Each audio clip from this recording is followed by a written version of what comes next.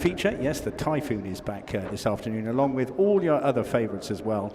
And pretty much non-stop. We're going to, as you know, kick off with a parachute jump first of all. The main event, it gets going a little bit after that, and have a short break while we You've heard Radio Airborne pumping a few of those out, but safety, security, and of course the environment, all top of our list. First of all, when that sun comes out, it's still pretty strong. So please, please bear thought for the children, hats, sunscreen, and drink plenty of fluids. Very humid. It was like a sauna in here yesterday, and I was dripping by the end of the day. So do bear that in mind. It's still very, very warm indeed. While we're talking about the children, make sure they've got their wristbands on them with your contact number on them. Of course, if there are any issues during the day, even finding your own granddad, boys and girls, then the lifeboat station is the place to go. Or to help you out in the meantime, if you're not sure how to get around the site, first of all, pick up the all-important program, just £6, and it's got some really, really good detail and graphics in it. Really first-class program, and absolutely amazing. That'll tell you all you need to know about how the show is going to run today and what to do, not just during the show time on the Western Lawns, but also what to do this evening as well. Make the most of all that. Now, security, your belongings, and of course, let's forget that UK as a whole remains on a pretty high state of alert. So if you do see anything at all suspicious, please just mention that to one of the stewards, staff, or any police that you see around the site. They're all wearing a variety of different T-shirts, the program sellers in yellow, the bucket collectors in red, and the rest of the team in a pale blue T-shirt. And of course, the yellow jack is always a good indicator if you're concerned about everything whatsoever. So it relies on you to keep a hold of all your belongings. That includes the family as well, and make sure everybody remains safe and happy to have a great day out this afternoon. And then finally, a huge amount of work has gone into maintaining a sustainable air show, and I can assure you it's treated very, very seriously indeed. But additional aspects such as filling up your own water bottles rather than disposing of them, and if you do dispose of any rubbish, first of all, we'd prefer you to take it home, obviously. But if you can't do that, then there's plenty of recycling bins supplied by one of our friendly sponsors, Environment First. And the points are at the Western Lawns, the Lifeboat Museum, or near the pier. So make the most of all that. I'll go quiet for a minute. I'm just going to check that we've got everything ready to go, and I'll be back with you in just a moment.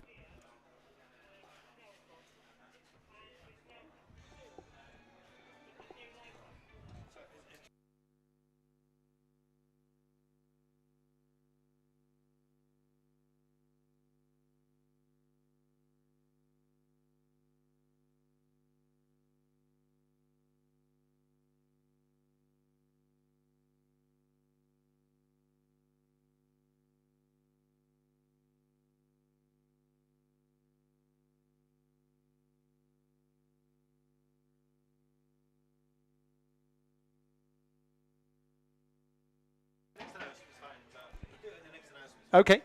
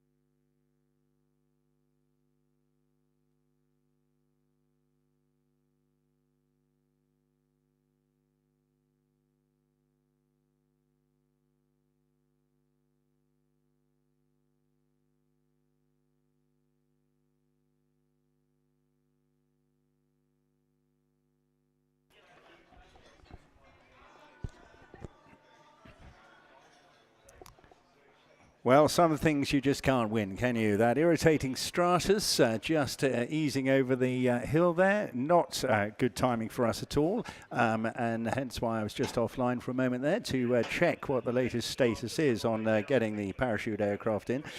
Come back to that in just a moment. I think I may have misled you just now. I believe I mentioned lifeboat as opposed to lifeguard station. Of course, the meeting point, lost children and lost parents indeed, or any issues in that direction, then it is the lifeguard station. Just on the sloping lawns just by the wish tower there is where you need to head for that advice. But meantime, I've managed to collar the leader of the Tigers parachute team, and it's always a tense moment. It's a bit like when we're about to start the Red Arrows and a bit of cloud comes in. You don't know whether they're going to do a full, a rolling or a flat show. I've got Major Ian Wicks now, and I've collared him earlier just to say, Ian, what's going through your mind right now? What's going through my mind, George? Good question. So I'm actually looking to the right up towards Beachhead there, and you can see the rain that's come in, unfortunately. I'm tracking the aircraft. It has taken off. It is en route, and I'm hoping that, as always, we can do the display, but obviously with that comes many safety factors. The biggest factor for us is obviously the wind. We need the wind to be below 20 knots for the parachutes to jump in, but also visibility. So the jump master must be able to see from the aircraft the landing point. So they're the two main areas of responsibility and safety factors that we have in place. Along with that becomes the actual DZ itself, i.e. the landing area. We need a minimum of 100 by 50 square metres, i.e. a football pitch for them to land into. And once we've got all three of them aspects covered off and signed off on our risk assessments, then we're pretty much good to go, George. But sadly, I can't control the weather. No, you can't, and we can't either. It's warm weather, at least, isn't it? But that doesn't help us at all. Now, you've got quite a big slot, and we can see on the graphics here that the aircraft is approaching very closely. Now, how long can we hover that aircraft around before you have to make a final decision whether you drop or go? So, obviously, in conjunction with TSA upstairs, I believe we've got a 15-minute slot where we've got to be out of the aircraft and on the ground for the air display program to roll.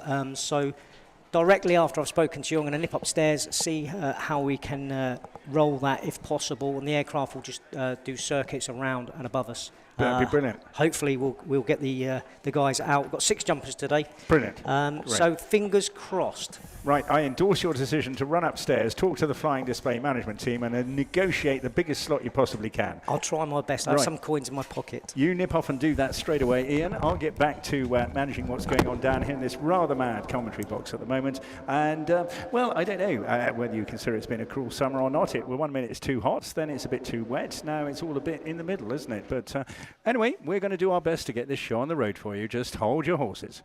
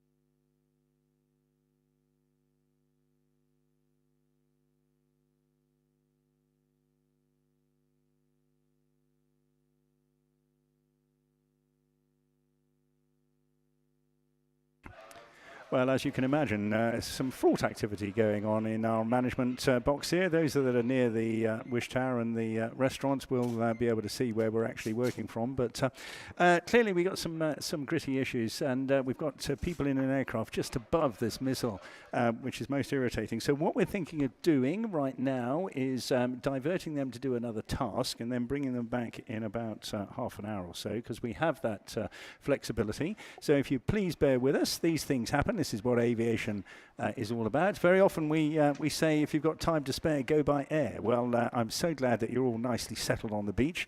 Good chance to top up your coffees then, because there will be a delay in the parachute drop. And, well, we'll just get back to you with the best news we can in the shortest possible time.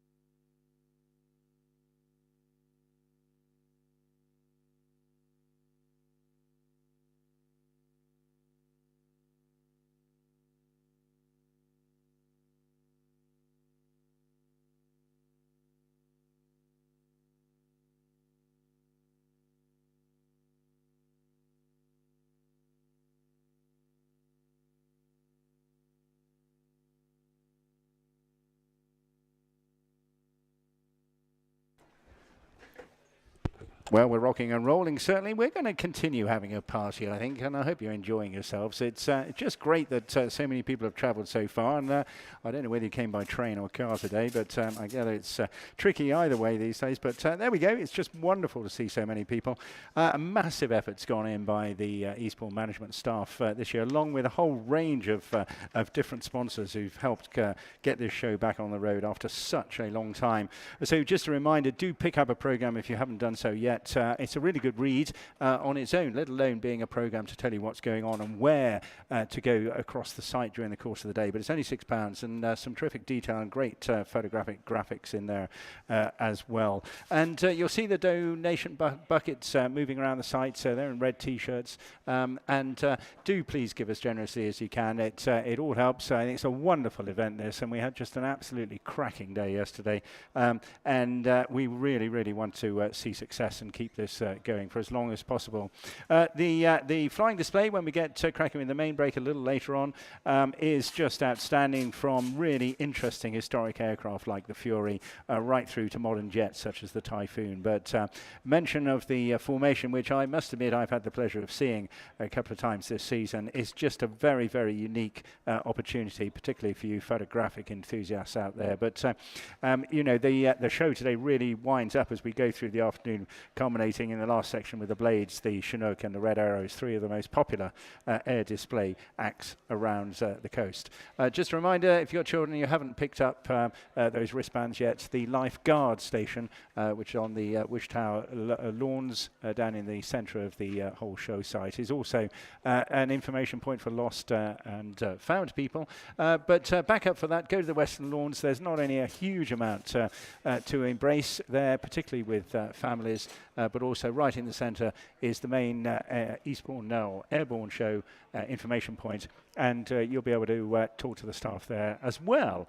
I have seen some fantastic merchandise this year, which I'm really, really excited about. So really super stuff. We should have got some of this perhaps done a few years back. There's delightful T-shirts, but beach towels and all sorts of other things you can pick up there.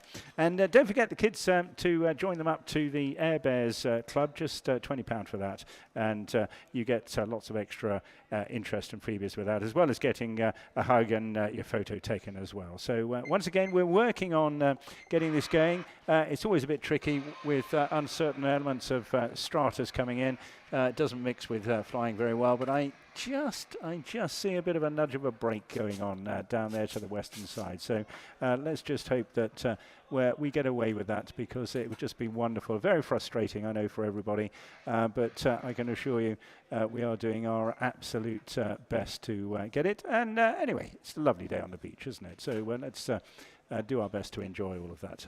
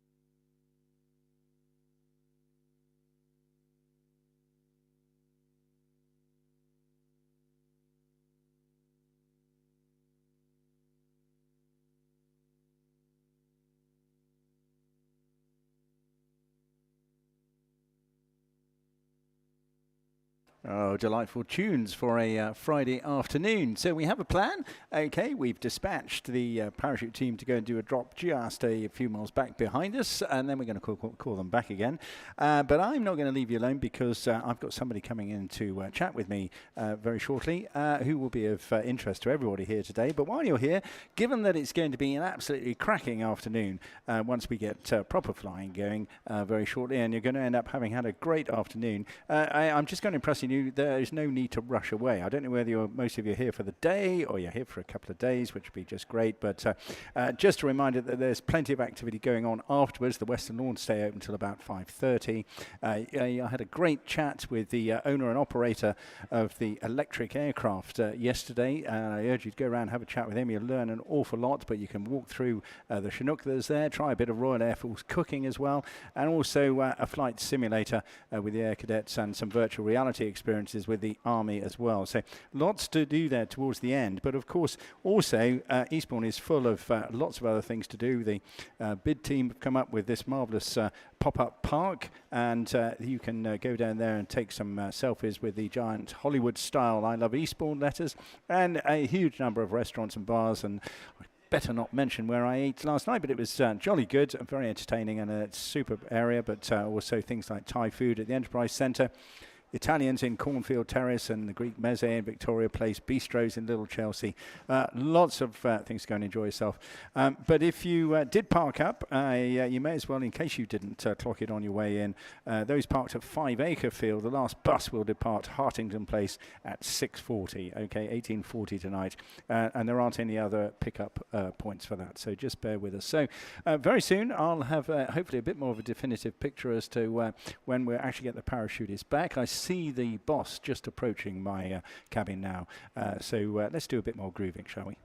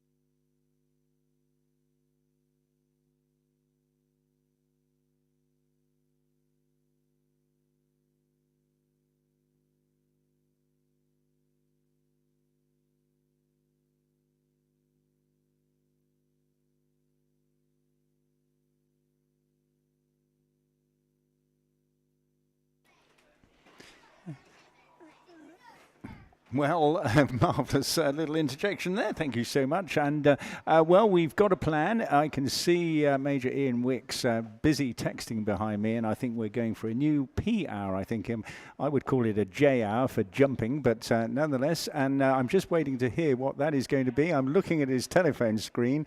13:30 is the new P hour for the parachutists, which is great. But I'm going to stick with you because, as I mentioned, I've got somebody coming in to chat with us, and then we'll reconfirm that in a few moments after that little chat, and then we can get the whole thing going, which hopefully will then be a seamless transition. The forecast is looking good. The radar, we've been looking at the weather radar as well. I'm sure many of you out there have as well. If you don't know anything about the dew point is all about the temperature at which the water vapor in the air turns into actual visible moisture, and of course they're really close together, and we've got very high levels of humidity.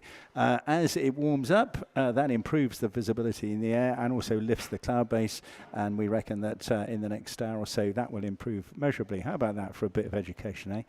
Anyway, enjoy the rest of yourselves, and make use of all the facilities. Maybe now you know that, you might want to go and get an early bit of lunch for the kids or something like that. Teas and coffees all around the stands. Visit the Western Lawns.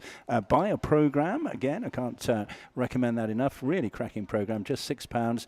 I've seen one or two chaps walking along, yellow T-shirts with little trolleys behind them. And then, of course, if you bump into a red T-shirt, then please give generously to those buckets as well. But we'll keep the action going here from my cabin at the moment because it's all very variable. But we're doing our best to make sure we get something for you.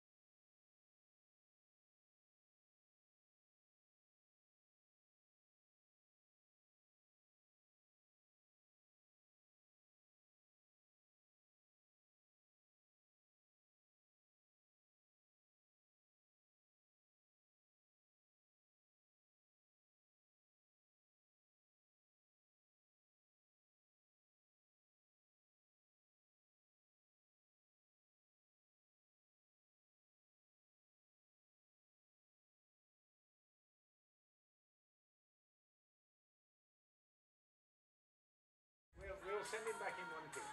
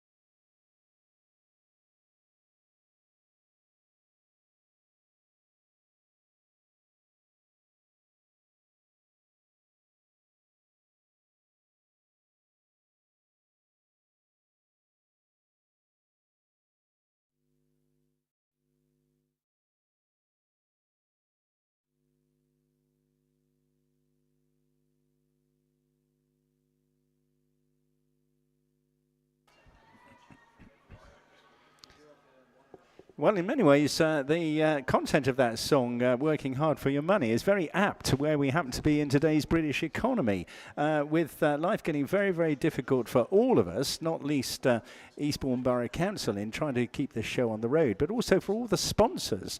You know, I'm involved in the broad range of aviation business right across UK, and I've certainly noticed the pinch in the marketplace at the moment. But from my perspective, the public appetite for this shows we're doing is absolutely outstanding.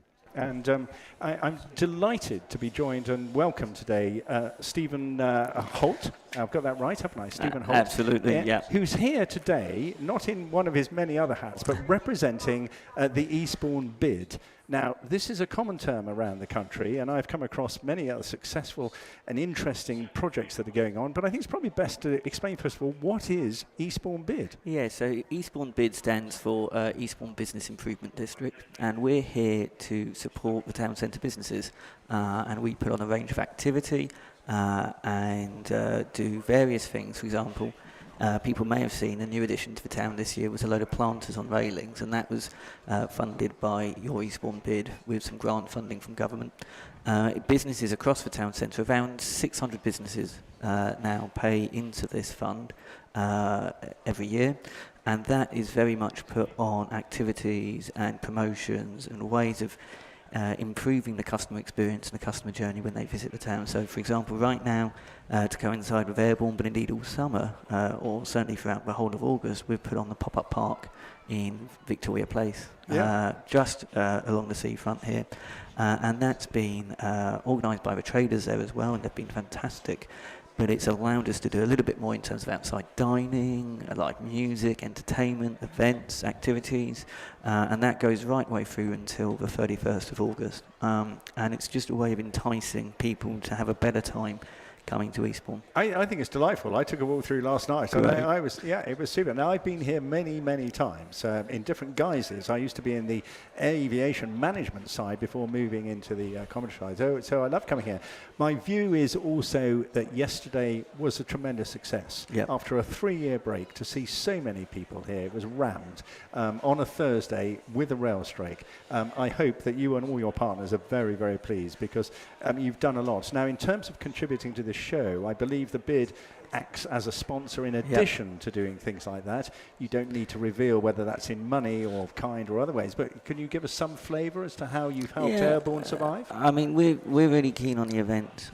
We believe, and I know talking to businesses in Terminus Road and in other areas, people do come and they spend their money and they support the town. And I know, as I say, talking to a couple of the restaurant owners just a couple of days ago, they were saying that a good Airborne can sustain them through the winter.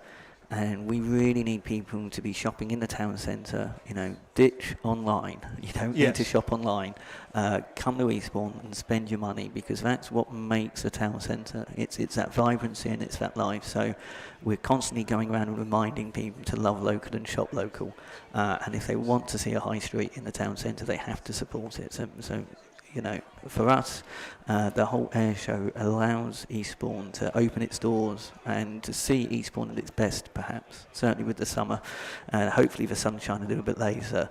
It allows people to see Eastbourne for what it is, and we know that people come back. So they might, you know, people might be enjoying the beach today, and I hope they are, in this wonderful, interesting English rain, but we know that they'll come back again and again and again and spend, and that's really important for us. So we see Airborne as a way of driving footfall to the town. Yeah, absolutely. And in a way, it's a form of successful destination tourism, isn't it? Because you're spreading the message widely across certainly southern England, probably further. I don't know the stats, and I know we've got another survey running this year, but it would be interesting to know who's travelled the furthest and farthest. I've certainly bumped into many international speaking individuals, and which is, I think, is just a tremendous pleasure. Absolutely. And I mean, we did an ice rink in December. We organised an ice rink with Lightning Fibre, one of our sponsors and helpers, and we did a post-event survey, and what was really interesting is about 50% of people who came came from outside of area. Yeah. And one of the verbatim comments we had from somebody was in that survey to say, I've never been to Eastbourne before. I came because of the ice rink. I've been twice now. You know, it's a way, and Airborne does it again, I think. It's a way of showcasing the town, and people see how wonderful and fantastic it is, and they want to come again and again and again. Yeah, well, we certainly love it. Good. I can assure you, all of those that are involved in planning and working on your behalf, I hasten to add, to deliver the show. I'm very conscious that I'm a servant of your and the council's interests. Can you give us a flavour for how much is a 4-day event like this worth to the local economy? Yeah. I think it's significant. As I say, I use that example of the restaurants who say that a good air show, a good summer, will sustain them during perhaps a quieter winter or a colder winter. But you see the hotels are fully booked. You know, just today I'm going to be heading back to the View Hotel very shortly for the Chamber of Commerce lunch. Brilliant. And eating there, and you know, you've got 250 people at that lunch already. It is a significant economic driver for the town, and it's one that, you know, I hope will, with the support of the public and others, will continue to survive. Right. You've stopped short of giving me a figure. Clever. Yeah. I don't blame you, because it's very, very difficult, but clearly the turnover of everybody's businesses vastly increases. So the bottom dollar question, I think some of the public have difficulty understanding, is where does all that money go if there's not enough money to run the air show in the first place?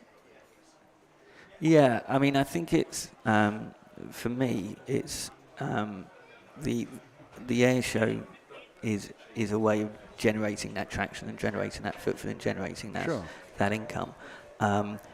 The actual knock-on effect, I think, is almost incalculable, and I don't mean that, you know, there's ways you can do it, there's stats, there's figures, there's people far cleverer than me at doing that. For me, I think it's about the showcase it brings to the town, and I don't think you can measure that. And, you know, you said earlier on, you know, international visitors, local travellers, you know, people from Eastbourne and further afield. It's a way of people enjoying a free air show, and one that I think is, particularly with the cost of living issues and bits and pieces at the moment, you know, to have a free event like this is absolutely vital for so many people. Are you therefore saying it is affordable? I think if people want to see it, they need to donate. Right. And if they want it to last, they have to donate. They have to be generous with that donations. I think the Airborne of today will be different in 3, 4, 5 years' time, as we see new technologies emerge and various other bits and pieces. But I'm certainly a fan of the air show. I'm certainly a fan of a 4-day event at the end of in the middle of summer season for Eastbourne. So I'd be very happy to see Airshow Plus, Airshow Different, Airshow whatever. I think that's important. But I also, you know, times are tough. Times are tough for the council. Times are tough for everyone. If people want to see the airshow, the council can't subsidise it anymore. No. So we're looking at a partnership arrangement, really, with the general public, aren't we? Yeah. No, that's very fair. And I'm not going to do a Nick Robinson on you. I'm just as keen as you. I'm a total fan, committed fan of Eastbourne and the show. So I'm on your side. Absolutely. But sometimes when I'm talking to the public, and they often catch me when I finish, it's just getting that deeper understanding. So I'm guessing, and this is a real crunch one in many ways, that putting any additional levies on albeit successful businesses is a step too far, and that actually the pendulum has got to come back towards us as people who are enjoying the show. I think there's a combination. And I think that's where the BID stepped in, it's where the Chamber of Commerce has stepped in, it's where, you know, the Hospitality Association have been so incredibly generous this year. I think those collective organisations can support and assist. But the airshow only works if we have the public turn up for it. Absolutely. And the airshow only works on that level, and so therefore, you know, it's important that, you know, we used to run that campaign a few years ago, so to give a quid for Airborne, you know, like a bit more than a quid, to be honest. But, you know, if people are enjoying the show and they can, we'd love their donations. But apart from memory, 50, 60,000 people a day, and I'm probably vastly underestimating those numbers, because I've heard much bigger numbers. Actually, £1 each is nothing, is it? Exactly. And you can't even buy a pint of beer for less, not anymore, sadly, less than £4. So I'm totally with that, and I'm doing my best along with everybody to urge and to get this message across, which I'm, you know, is tremendous. And it's great that, you're very convincing, and it's marvellous. You mentioned the Hospitality Association. Yeah. I also wanted to put in a good word. Fantastic support. I mean, to really provide all those rooms for all the air crews, and people have no idea. They're dotted all over the place because there are a lot of moving parts in making this whole thing work. So my hat's off to them. I won't single an individual one out who happens to be looking after me. It would be unfair. But it is a team effort. It is. And I can see this year that you brought everybody together. Before you go, just one little thing. I've been involved hugely during COVID in analysing the environmental effects of air displays around the UK. We have been surprised at how efficient we are on the aviation side at minimising our carbon emissions. There is, across the entire UK event industry, however, a massive concern about, of course, how we, as event people, create a lot of other issues. Travel, people, food waste, generators, huge issue on generators. Perhaps you could just remind everybody, what I'm coming to is the initiatives which Eastbourne has shown. Yeah. So where do you sit? Is the BID as well as the council involved collectively in now getting all those recycling initiatives, getting all that sort of fuel change? What are you doing there? Yeah, we want to do, to be honest, as a BID, we want to do better, and we need to do better. And I spoke earlier on about the ice rink. We know that obviously with the generators and the bits and pieces, there was a significant environmental impact on that. And we need to be better, and we absolutely support the council in their 2030 ambition for carbon neutrality, and we need to take that really seriously. And that's only going to start if we start now. So I've been encouraged, and we've seen some of the stuff that the council have done with regards to the air show this year, and looking at that impact. The park and ride scheme being one of those things that will have a positive impact, we hope. But we need to do more, and I think that's going to be an evolutionary process as it develops and as it grows. And I know we're working closely with Identity, who put on COP26 for the government, who have got some very technical and fancy software with regards to carbon and greenhouse gases and emissions and the impacts of events on that.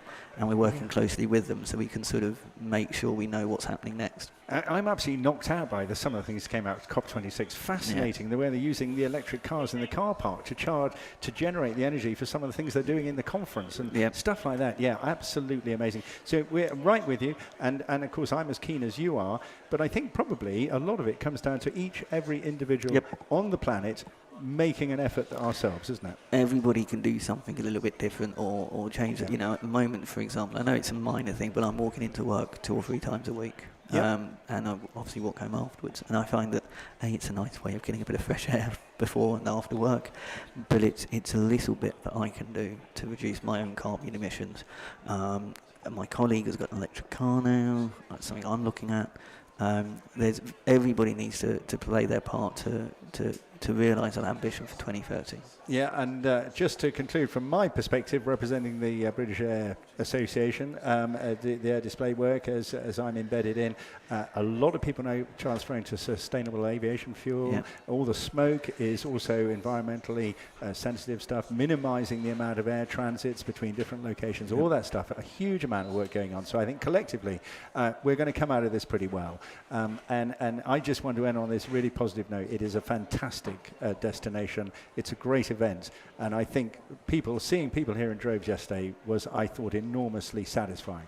Absolutely. It's great to see people enjoying Eastbourne. It's great to see people enjoying the town, and if they can, please do pop down to the town centre, spend a little bit of money there, and go and visit the pop-up park on until the 31st of August. They're going to love it. Yeah, me too. Stephen Holt, thank you very much for your time and for joining us today. Thank you for your time. Most helpful.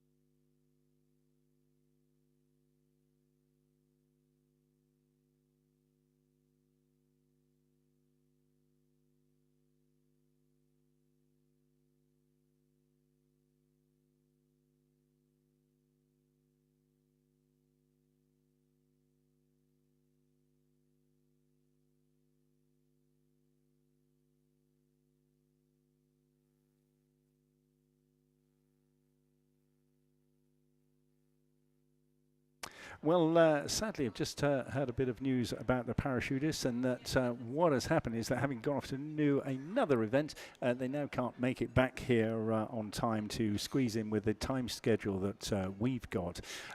So what I'm thinking of doing is taking a break myself. It was a fairly frantic, it's almost an hour or so now, and I thought it was fascinating talking to Stephen Holt, and what an interesting discussion that was. And I think we concluded that we're all on the same page. We want this to continue, but it's everybody's help is needed to make that happen. And I think that's a good message. So do give as generously as you can in those buckets. Do make sure you buy a program as well. It all helps.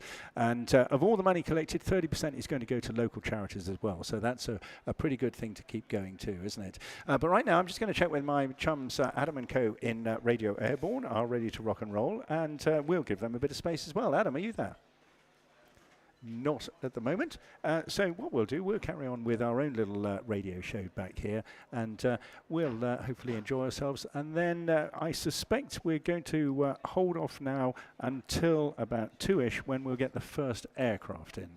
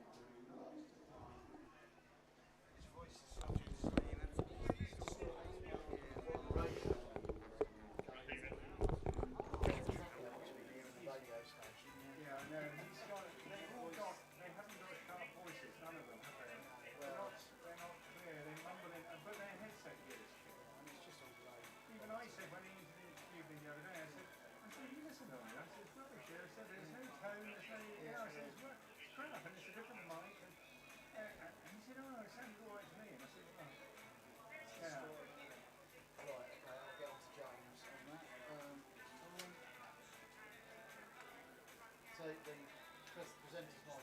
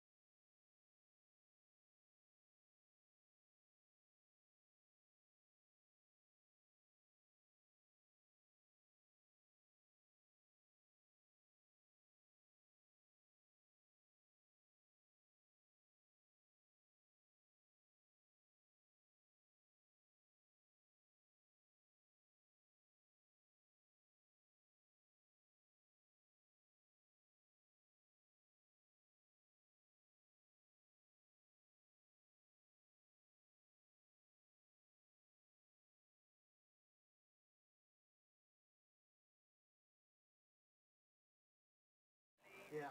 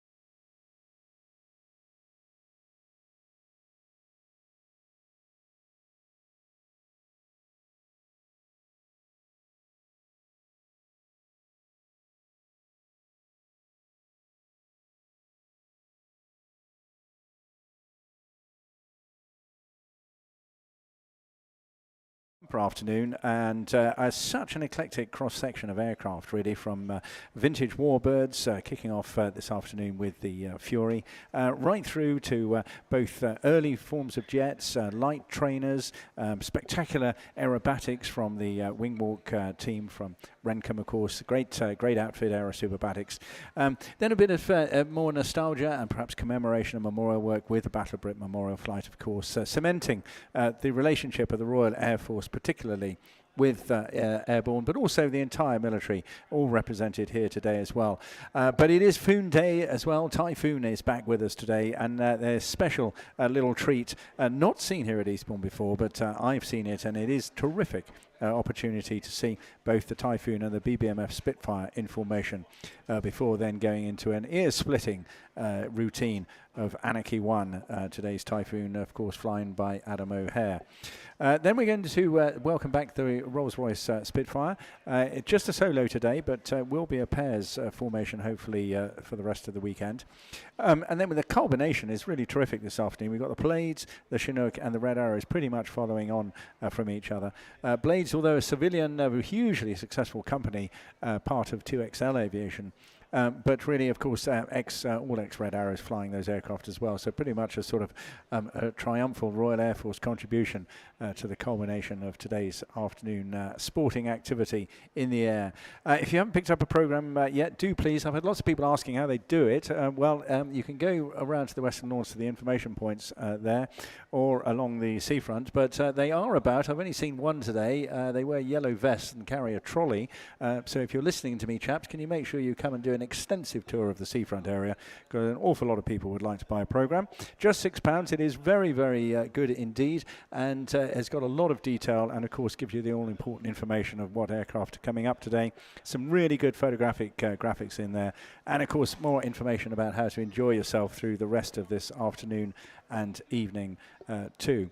An awful lot of work goes in. A huge thank you, of course, to all the sponsors who've helped put this on. And you may have heard me talking to Stephen Holt about half an hour ago, and the contribution that the Eastbourne BID team, part of the sort of Chamber of Commerce organisation, trying to regenerate and activate and improve the presence. And I think your presence here today has really, really helped that. So once again, thanks to you. Don't forget to drop some pounds into the buckets when they come round. They're the red t-shirted individuals. Do give generously to keep this show on the road. It's been absolutely terrific, and it's, as I say, a terrific venue and a great destination, so we all support that. If you haven't picked up a wristband for the children, do so please at the lifeguard station just on the western lawns, not the western lawns, the sloping lawns to the other side of the Wish Tower, near the big screen. Actually, it's not far from there, and that acts as the lost people location point as well. Any other help you might need, the Western Lawns is a good place for that. The information point there tell you all about how to navigate your way through the day here, and also pick up some great airborne merchandise as well, some super t-shirts and all sorts of things there for the kids as well. Make the most of that. But right now we are putting all the safety parameters in place. We're just checking the airspace, the maritime. You'll see we've got lifeboats out there and various little patrol vessels as well. That's to ensure that what we call the maritime exclusion zone is safe for the flying to commence. But also we do a bit of negotiation with Gatwick as well. You wouldn't believe how much influence they have on southern England to ensure that all the pilots can safely approach into this area. So we just got a couple of minutes to go now. Sit back, top up your teas, make sure the kids are well fed as well. Don't forget the all-important hat, sunscreen, and of course fluids as well for them. The sun's still very strong, and I suspect the temperature is going to knock up a couple of notches as well during the course of the afternoon.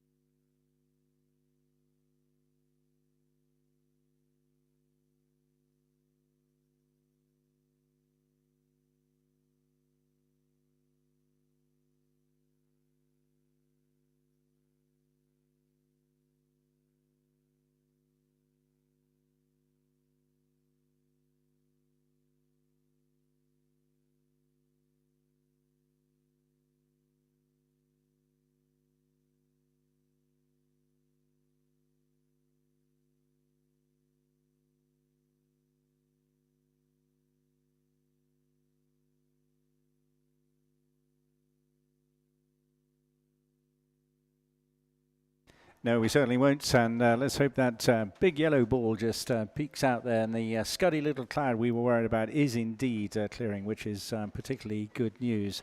And we've got about 3 or 4 minutes to go yet before we expect the first aircraft, and it could be a slightly limited display given some of the low cloud, but I feel sure that with that breaking big hole in the middle there, we'll certainly be able to get something done. Just to give you a rough idea, we're going with the Fury first. A post-war massive success story in many, many respects. Hugely powerful piston-engined aircraft. That'll be followed by the Strikemaster coming repositioned down from up in North Wales and repositioned to an airfield near London. In fact, we've got aircraft scattered all over the place, and it takes a massive coordination to do this. The first aircraft's coming from Lydd, the second from North Weald, the third from Redhill, and the fourth from Shoreham. And then we've got several coming over from Southend and as far afield, unsurprisingly, with the Chinook coming from Odium. And very good news, you hear the airwaves breaking out into chit-chat, which is fantastic. So I'll just go offline again, once again, just for a short moment, just to confirm that we're going to start on time with the Fury in a few minutes' time.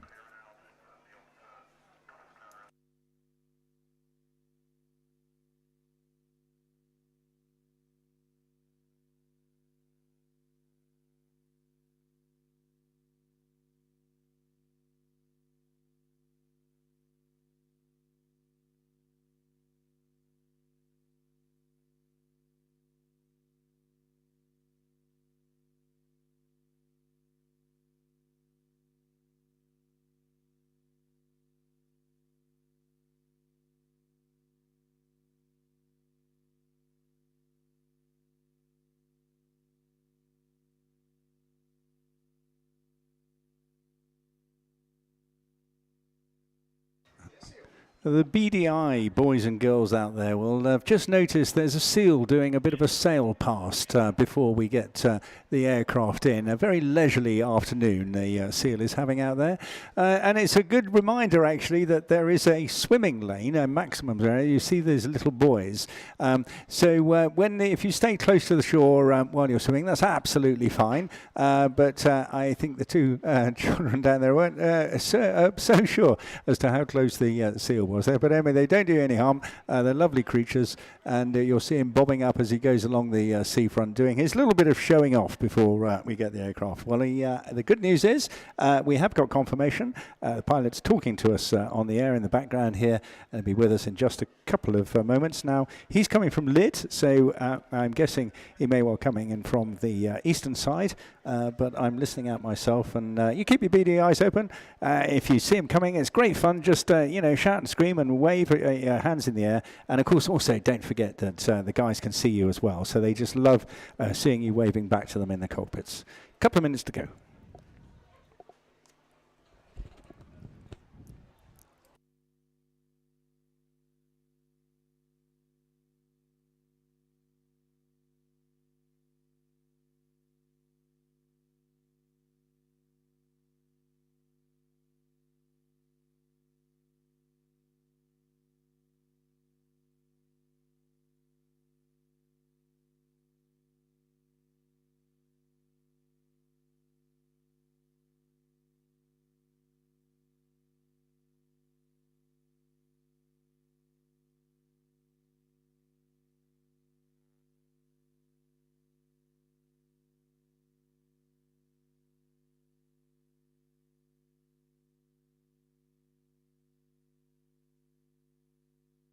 Well, good news continues to come in now. We're talking to the pilot. He said he's on time, and I believe he mentioned that he was on coming in from the east, and he'd been through a bit of low cloud, but he's okay, and he's just getting clearance now from the air traffickers to continue. You can hear it in the background, so keep your eyes peeled, boys and girls, for the first proper aircraft of today, the second day, this outstanding Airborne 2022, returning after 3 years, and a wonderful stage is all set.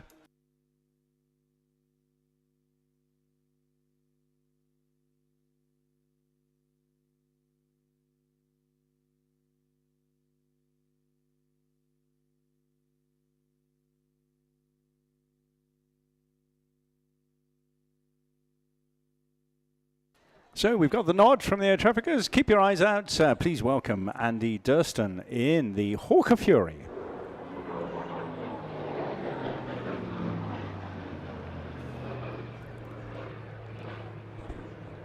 Catching me out as well, coming in from the, I think he flew back behind the town there.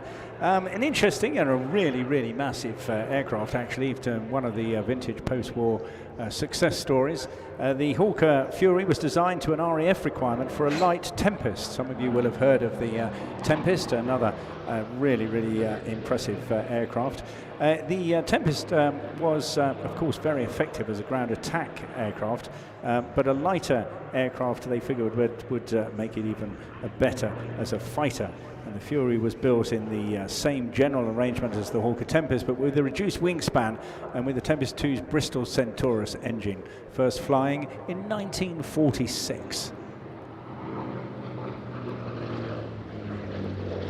And what a massive, fantastic growl that is. I mean, you really, when you're inside this, you really do feel you're handling a pretty big aircraft. Sadly, as far as the Air Force is concerned, they decided they wouldn't go ahead with increasing the procurement of this aircraft because they were moving, of course, into the first generation jet age. But it really took off literally with the Royal Navy, with the operation of jets, actually still something of an unknown quantity for the Royal Navy. So the sea version of the Fury becoming hugely successful as far as they're concerned.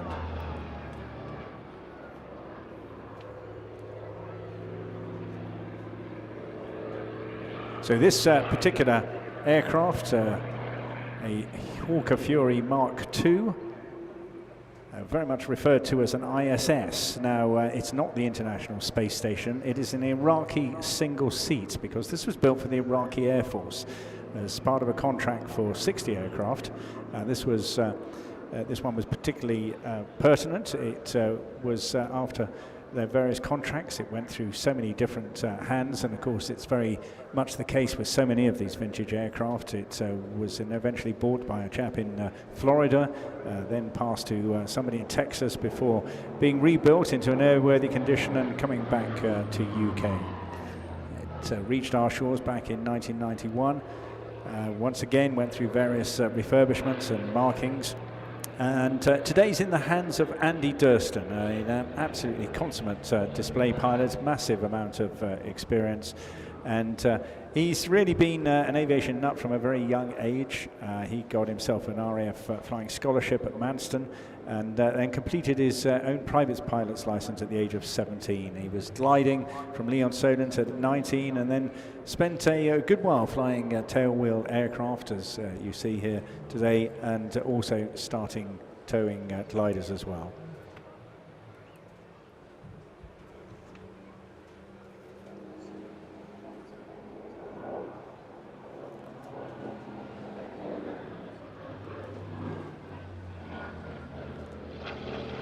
There's a really, really distinctive tone and style to these big warbirds. Absolutely superb. You'll notice the complete difference. You're used to listening to Merlins, but it's got an altogether different sound, being a pretty massive machine altogether. The Centaurus, this is the Mark 18 engine here. It's got a maximum speed of up around several hundred miles an hour, obviously. Good range, 500 miles. And also able, fairly punchy in terms of what it can produce. 420mm Hispano Mark 5 autocannons would have been fitted, or rockets, 12 by 3 inch, 76.2 of course, or an accumulation of bombs up to 2,000 pounds worth. Andy putting it through a very skillful and gentle maneuvers. Of course, they're working very carefully not to overstress these aircraft in any way whatsoever, to keep them going for future years. It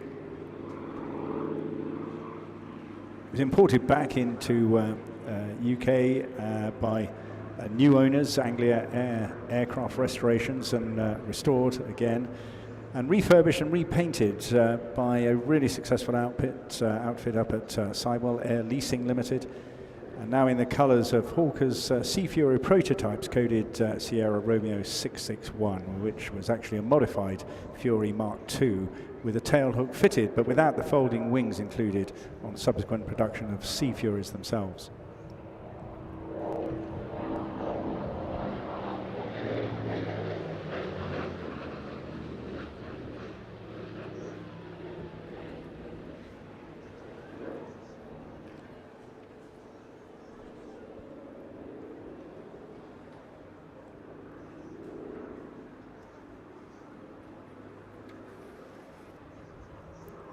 The Centaurus 18-cylinder radial, that's double what I'm used to flying, certainly. They're supercharged to produce an amazing 2,400 horsepower. And with that range I mentioned earlier on, a total fuel load of around 183 gallons, I should say, giving about 2 hours endurance, and can cruise at modest weights at about 230 knots.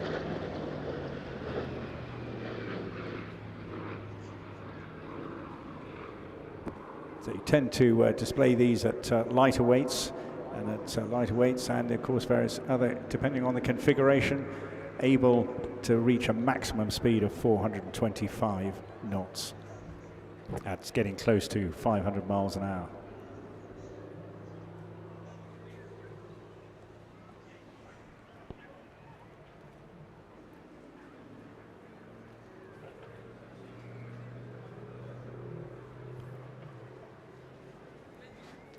And he went on to join the University Air Squadron and then into the Royal Navy. He trained on fast jets, flying the Hawk and the Harrier. Shortly before that was taken out of service in 2010, and then went on to pursue his own career in commercial aviation.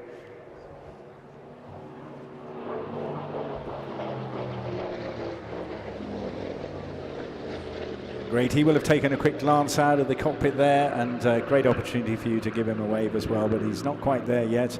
He's actually flown all sorts of other aircraft. He's owned shares in the Yak-52 and a Pitts in the past, and has flown a huge range of different aircraft and displayed here on many other occasions.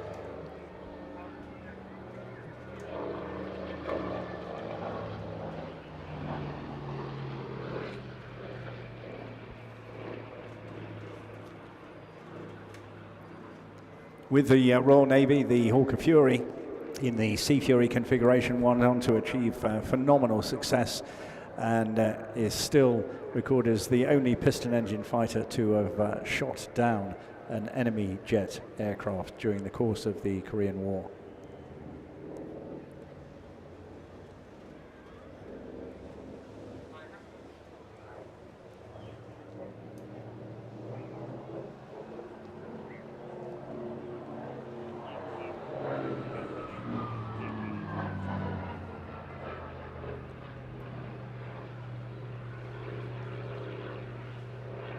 Wonderful high arcing turns, of course.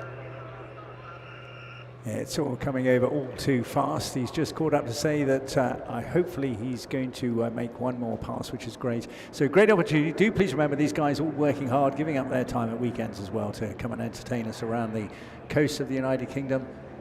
And using all that height here now, turning that height into more energy and therefore more speed to give us a farewell. Maybe put in a roll here, but boys and girls, mums and dads, Andy Durston in the Hawker Fury.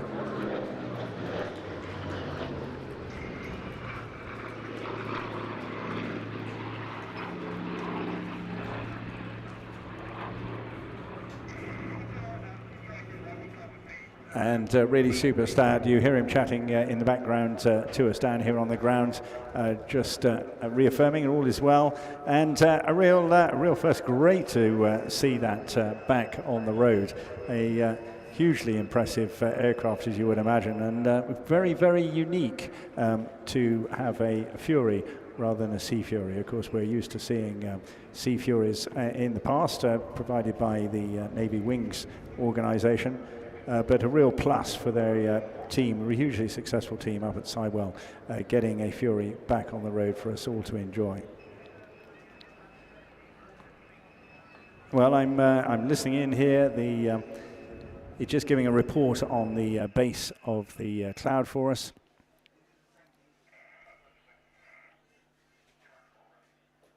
And I believe we're on track with the next aircraft now.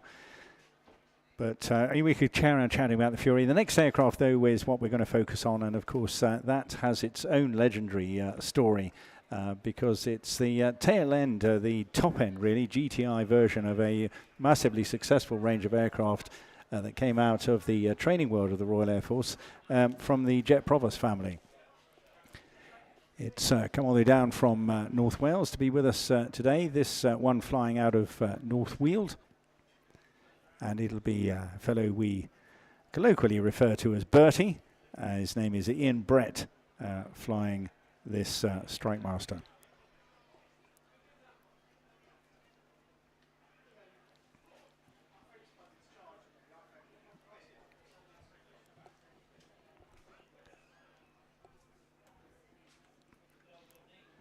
The Strikemaster concept was very much the result of the export success of the Jet Provost.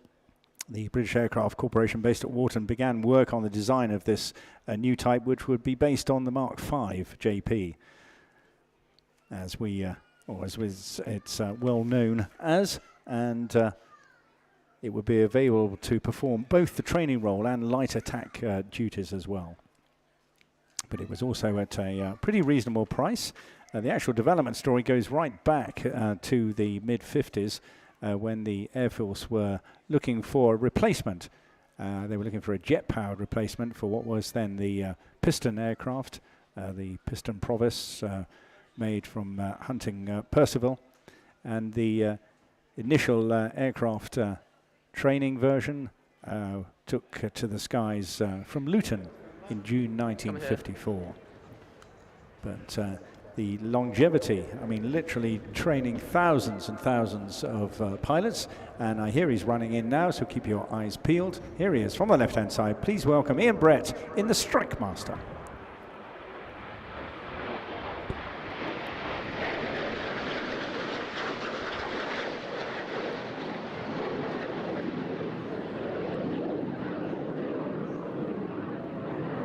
So right at the top end of his game, this one the sharp end of that entire family, the generations that I was talking about. It was the armed export of the T5s, T51s that were sold to Sri Lanka and Kuwait and Sudan, armed with 7.7mm machine guns, but also sold on to Iraq, Yemen, Sudan and Venezuela as well, with the final export versions being sold to Sudan. And that is how it's made its mark.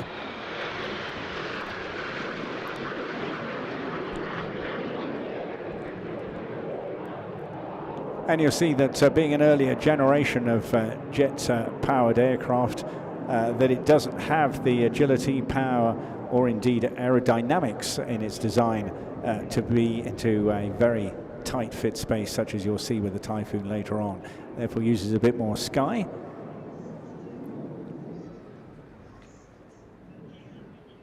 And the G suppression for the pilot is not anywhere near as effective, mainly relying on physical exercise to combat the effects of G. So Bertie puts this through a fairly relaxed but effective and aesthetic flying display, such as the slow roll just coming up. Absolutely delightful position, a good opportunity to see the real outlines of it, and of course once again in no way over-pulling or over-stressing, just showing off the gentle lines of the aircraft. Project initially started as a BAC 166 and rolled out of the Lancashire factory with the first flight of this particular variant in October 1967. By that time, the original Mark V aircraft had been strengthened with armour in places, an uprated Rolls-Royce Viper 525 engine, able to produce 3,400 pounds of thrust, and 8 stores hardpoints were installed beneath the wings. It's those hardpoints, of course, that gave it its punch, as it was able to carry those light armaments I mentioned, and also drop tanks as well to give it additional range, and a few changes to the fuel system as well. A few changes inside the cockpit too. And of course the all-important uprated Martin Baker ejection seats fitted at the same time. So hugely effective, and Mark Petrie, who owns these aircraft and operates them from Harden up in top end of North Wales, actually acquired 2 aircraft, and both share similar stories, albeit one was a purebred Omani derivative, the other a Royal Saudi Air Force, as you can see, and although sharing wings with an Omani aircraft. Really, really successful business he's developed up there. First appearing out on the display circuit around about 2007 with a number of other jet proppers that are on the market.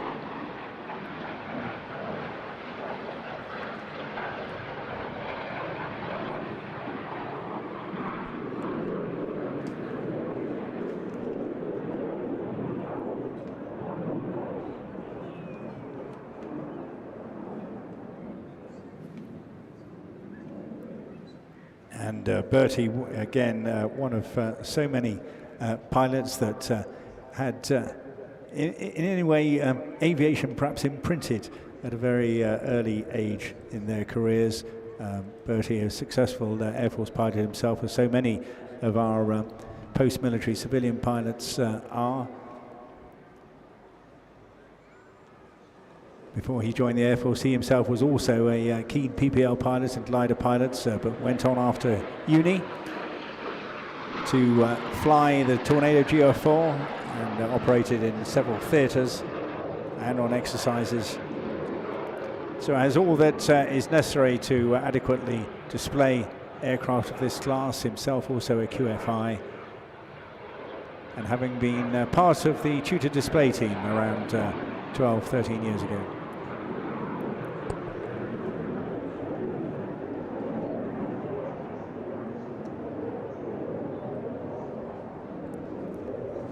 Threatening looking clouds over to the eastern side there, but luckily steering well clear of our display area.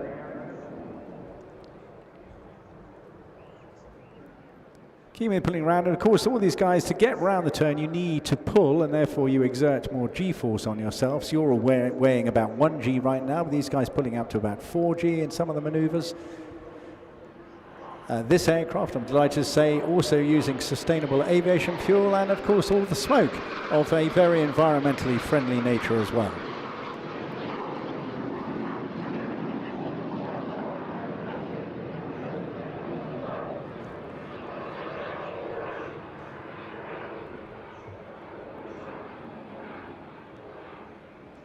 Relatively noisy engine for the degree of thrust it's producing, and very often misled and we say under-congratulated in many respects. It's sterling service throughout the world, and of course its predecessors in the jet proppers mark. Very literally successful event in training so many pilots as well. So Bertie also familiar amongst other display teams as well. He was part of the mid-air squadron for a while, flying the Hunter, but also went on to fly with Team Raven as well in the RV series of aircraft some years back.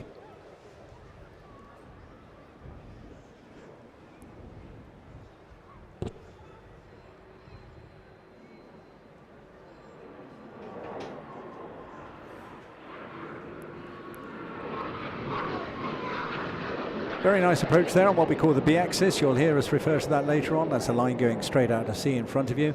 And performing what we call a derry turn. What's where you turn is very much a fighter evasion maneuver, where you turn one way to jinx, to try and trick your colleagues who may be the enemy, that you're going one way, but actually you go all the way around and then pull an extra bit of G and go in the opposite direction. Really good to see the cloud lifting up a little bit higher. I think we're set fair, and I think the worst of it all going off to the eastern side, even better for us. So don't forget, when they come by from right to left at low level, I think he's probably going to put in another roll here. A great chance when you can to show your appreciation as well.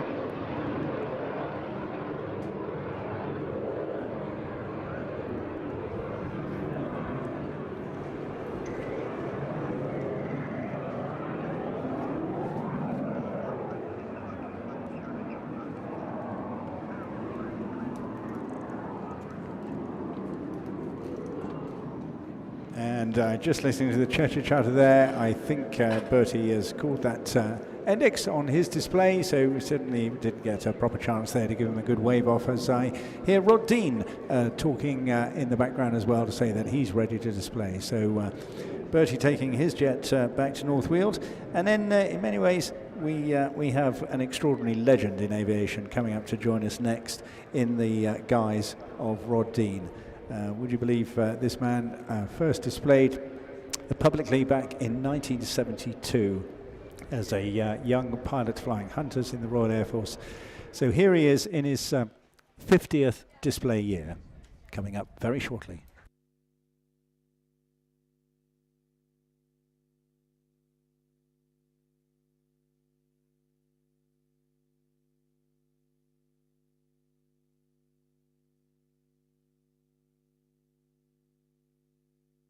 So in many ways, this aircraft and the previous one representing a training system that goes back a few decades. Before flying the Jet Provost, many pilots would have either flown a Chipmunk or most likely a Bulldog. And then moving on through the generations, it was the Firefly, the T-67 that you're going to see next, which was the initial certainly grading and elementary flying training aircraft before moving on to Tucano. That has subsequently been replaced by the Tutor, which you occasionally see on the air display circuit. But what is masterful about this is that Rod has just got the most extraordinary CV in air display work and in aviation in general, and he's bringing all his expertise to bear now on a relatively underpowered aircraft. And you heard me mention energy management earlier on, and that is particularly apt for this class of aircraft. So I've heard that clearance has been given to commence his display, and we'll just keep an eye out for him. Rod today has come from Red Hill, so he's been dodging around Gatwick as well. And bright yellow, here he is pulling up now. Please welcome Rod in the T-67 Firefly.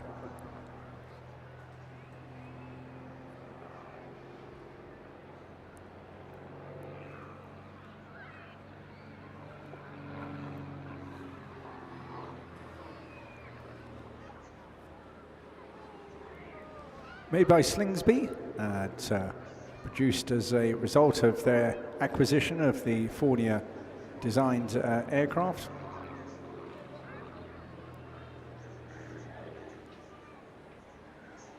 Slingsby having bought the rights from Fournier. They produced a number of wooden T-67s before moving on to a glass reinforced plastic structure, which is what you see here today, and of course much more in keeping with modern training aircraft. Aimed directly at the military requirement to fulfill the training needs for elementary education in becoming a fast jet pilot. It's a super little aircraft to fly, actually brilliant visibility, and a joy in many respects. And you can see now also very able and flexible for a series of linked aerobatics. And in this, Rod's deliberately starting a little bit higher, going up there into a stall turn where you put a boot full of rudder in and perpendicularly hold the aircraft there just before you run out of airspeed, keeping it under control at all times. And then using that energy, using his to convert that into speed in order to go through the next maneuver. It's got a fuel-injected engine, giving about 160 horsepower. There is a more improved and more powerful version of this. 3 blades, constant speed propeller, and of course able to fly inverted for at least 5 minutes.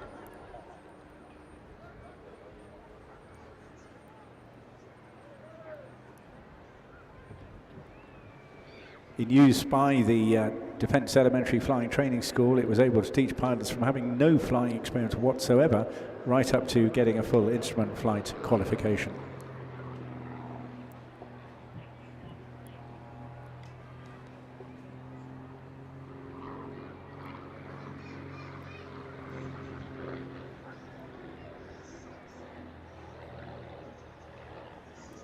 Rod's background, as I mentioned, a really consummate summary of the history of aviation going over the past 50 years in many ways. flew the Hunter and Jaguar in service and spent most of his time on operational squadrons. A really lucky guy in many respects, having flown the Hawk, the Jet Provost, the Meteor, the Gnat and the Chipmunk. He was, as a result of that display in 1972, the Strike Command Hunter display pilot, winning the WD and HO Wheels Solo Jet Display Trophy at the very first International Air Tattoo at North Weald.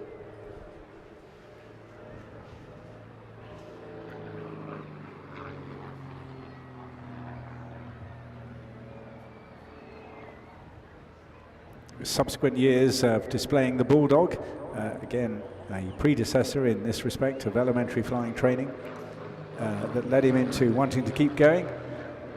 And it's just such a pleasure to have him back, and I'm sure he'll keep going for as long as he can. He's an absolutely delightful character, and has got, as I say, aviation really embedded. But that's not in all. I mean, on top of all the other achievements that Rod has had in aviation, he's also flown a massive collection of vintage warbirds as well, including the Mustang, the Corsair, the Wildcat, the Sea Fury, Bearcat, Hurricane and Harvard, and of course a Spitfire as well. Putting up to a lovely barrel roll, and you can imagine, you can see the aesthetics in something like a barrel roll where you pull up as fairly high, you keep the nose very high before then putting in an aileron roll to go round the outside of an imaginary barrel. It's a delightful manoeuvre to make, and relatively low on G and low on impact, but a lovely manoeuvre.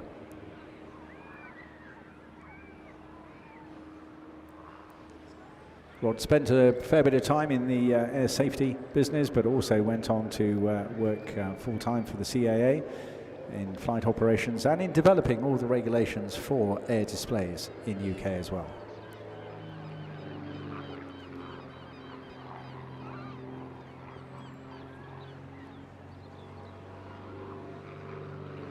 So it doesn't come easy. You've got 50 years of experience in front of you here, and of course the Firefly, delightful but underpowered, so you've got to be very cautious. You've got to maintain the speeds, and of course it takes huge amounts of training and rehearsal as well. And all set parameters, and all during the course of it, the pilot will be looking over his shoulder, around, outside, getting aerial parameters, as well as checking the speeds and the heights. And you see he's now down at his lowest operating level for this particular display, and the genre of the display profile changes accordingly.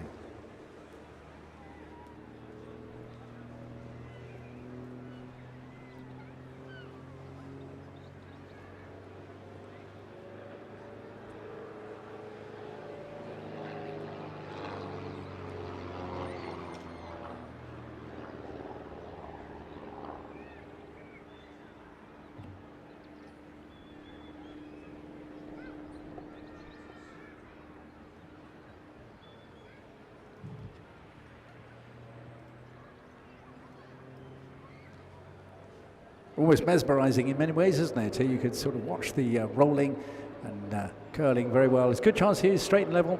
He'll take a quick peek out of his cockpit at you, so do give him a wave, but he's not quite finished yet.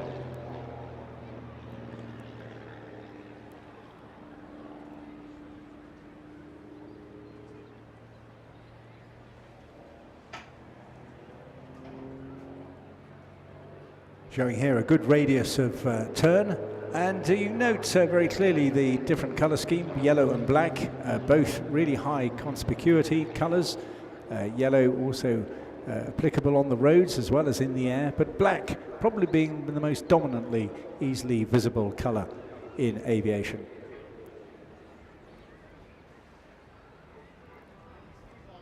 And you'll note that when you see things like the Grob Tutor and the gliders flying, how hard it is to see them when they're, of course, predominantly white.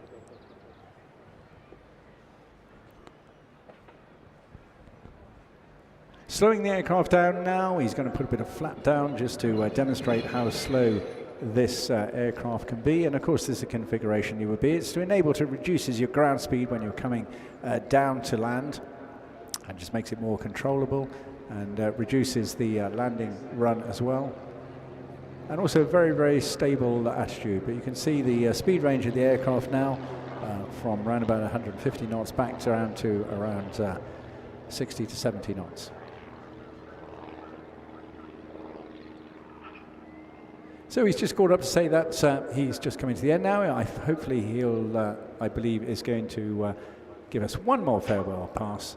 He's just coming around in a right-hand turn there. So I'm going to give you a bit of practice now because the next act after us needs lots of audience participation. Okay, so if you're ready, boys and girls, whatever you got, hats, coats, umbrellas, ice creams, give Rod a fantastic wave. He's a really terrific bloke, working really hard. 50 years of aviation flying displays, fantastic record.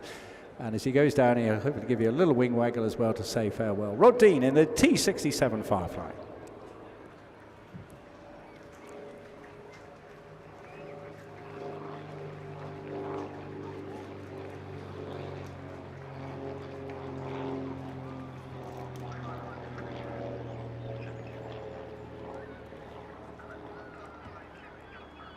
And a real pro we have there as well. And there, booming across the airwaves behind me is the familiar voice of a man called Dave Barrell. And he is the lead chief pilot with the phenomenal Aerosuperbatics Wingwalkers. It is a brilliant show. Sadly, we've only got one today. They're still working on the serviceability of the second aircraft, which will hopefully be with us tomorrow. But it is one of my favourites. It's one of the UK's most favourite and popular seaside air displays. And what is extraordinary and fascinating about this is the girls who actually ride on the top of the wing, and they really do move around up there. And believe it or not, I've got one of them sat right next to me, and I know, guys, you would really love to be in my seat now. And it's my pleasure to introduce Kirsten, who's not flying today. And why is that? Is it just you want to give the other girl a chance? Yeah, it's so much fun that it's not fair for me to take all the shows, so we share it out, so we all get to share in the delights of performing at Eastbourne. Well, look, here he is coming up on the right-hand side now, about to dive in, okay? And what is going through your mind? But remind me, who's on top today? So flying today, we have Emma Broadbent. So Emma is usually our formation wingwalker. She has probably the hardest job on the team. She's got to figure out all the timings usually. So normally I lead the display and I sort of call the shots. And I have the very easy job of doing whatever I want, but she has the very difficult job of doing also doing whatever I want. And watching someone do it next to you, upside down at 160 miles an hour, is pretty amazing. It is indeed. They are the magnificent boys and girls in their flying machines, and here they are, the Aerosuperbatics Wingwalkers, with that wonderful rasping engine and, of course, the beautiful smoke trail as well. That smoke, once again, all environmentally friendly stuff. And I believe, I thought she was just going to move around already, but fantastic stuff. They would go up and up, they go down here and down, and they'll have a great time enjoying this. And what do you think is going through her mind now then, Kirsten? I think that she is probably looking down on everybody and asking that you all wave to her, because we can actually see you guys waving, and it does make a huge difference. Oh, but she's just gone upside down. I don't believe it. Yeah, so we would be pulling G, obviously, while we're diving, and it does affect us on the wing. It makes us a lot harder for us to move. While we're on top of the wing, we do lots of handstands, and we have a very special rig, so we can spin all the way round, which is very, very fun, but it is hard when you are pulling G. I bet it is, and I mean, it's quite nerve-wracking at times as well, and then you get a bit of drizzle in there as well, and it can all go rather squidgy. But now when you're turning around the corner there, normally you'd be in formation, of course, how do you construct your routine? So we have absolutely no communication with each other than hand signals. So everything we do is like a fantastically difficult game of charades. We sort of organize it all on the ground prior to us displaying. So we do know what we are going to be doing, but communicating up there is quite hilarious sometimes. It is indeed. And now tell me, I'm always saying how agile and accomplished you are as gymnasts and trapeze artists and things like that. But what's it? I mean, is it competitive? Is it hard work to get into the team in the first place? So we all have very specialist backgrounds. So Emma up here used to be a dancer. I used to be a trapeze artist with a circus. I've flown trained with gymnasts, so we all have that kind of background in strength and flexibility. So you do have to have those skills to be a professional wing walker. But if you do want to come wing walking yourself, we don't require any experience, and you can have a go on this very aircraft at our lovely private airfield. So if you do fancy giving it a go, our website is gowingwalking.com, and we will strap you on top of the wing and take you for the ride of your life.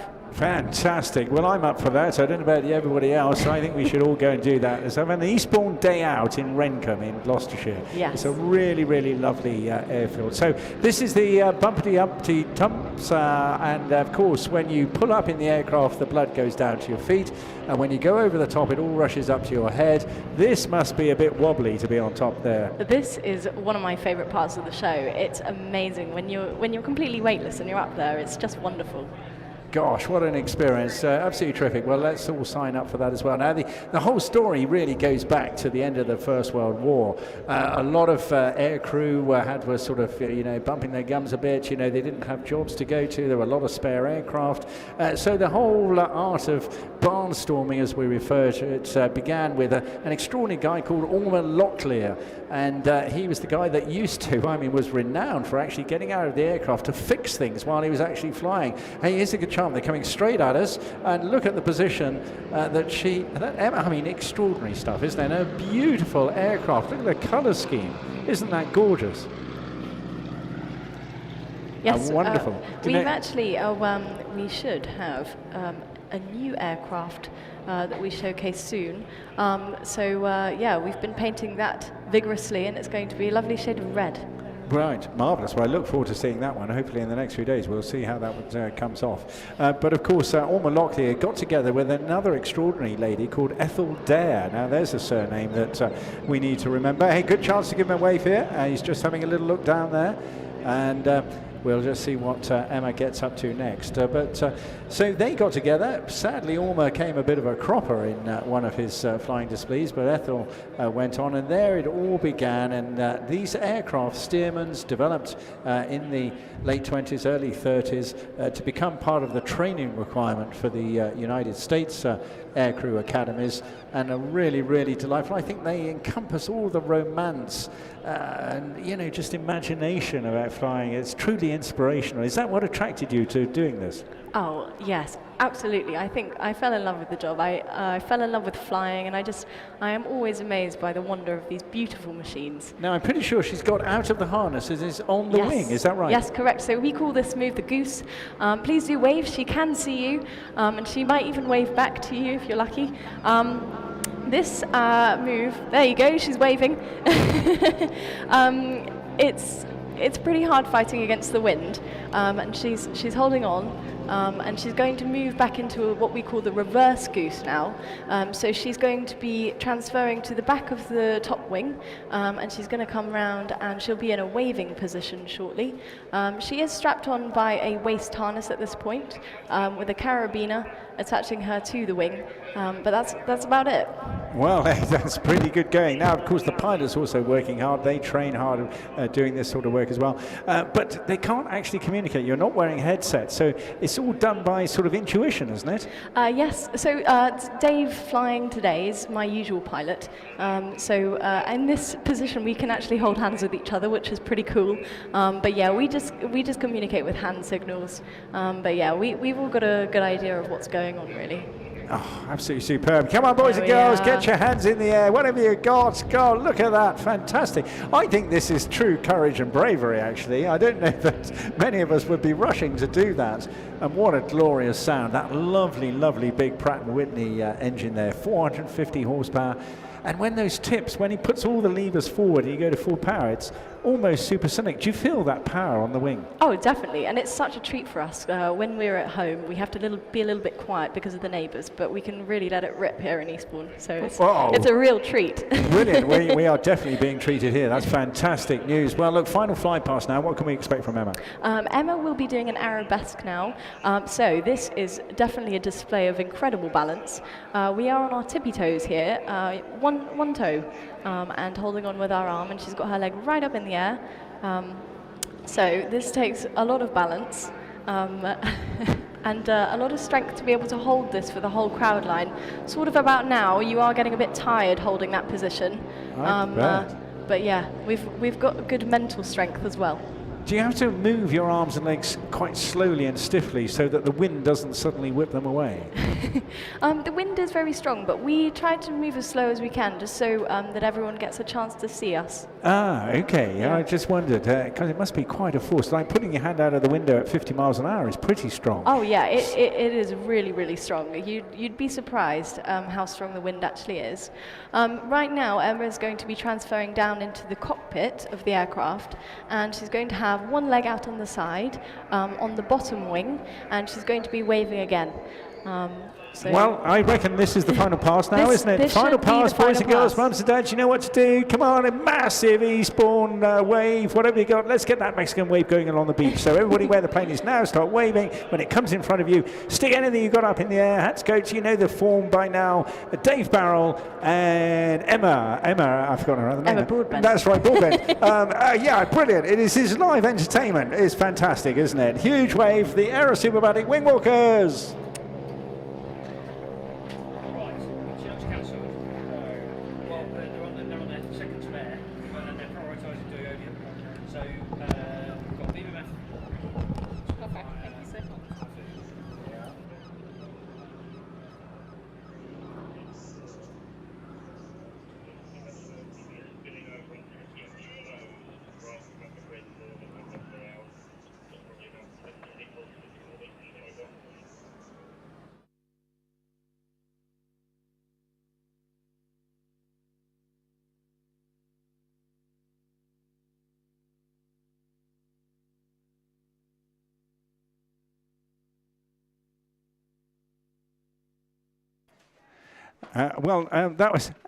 That was a real first. No, don't go away, Jerry. Come around here. Good to see you. I've an old chum of mine from Army Aviation has just pitched up in front of me. Just marvellous stuff. And anyway, that's the first time I've actually done a commentary with a real live wing walking lady. I've known them for years, actually. We never get the chance to talk to each other, so that was a real bonus to come up with that. So I hope you really enjoyed that. We certainly did. I just got interrupted there as a quick update on the flying schedule. Very sadly, I understand that the Chinook has got technical issues and probably isn't going to make it. We'll catch up with the one a little bit later. But coming up very shortly, of course, we're going to have the threesome of the memorial flight, the Spitfire and the Typhoon, and then the Typhoon all in one big section, which is great. So everything else is looking good. And for me, in many ways, that was almost the highlight of the afternoon. I just love their entertainment. It's just captures everything, I think, in imagination, but also romance as well.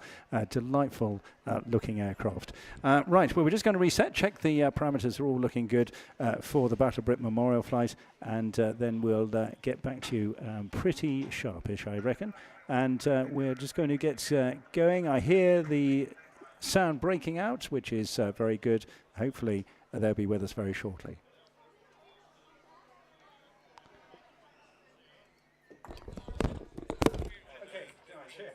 So I'll just do a bit of an air gap, so that's light entertainment, and then we'll go into you.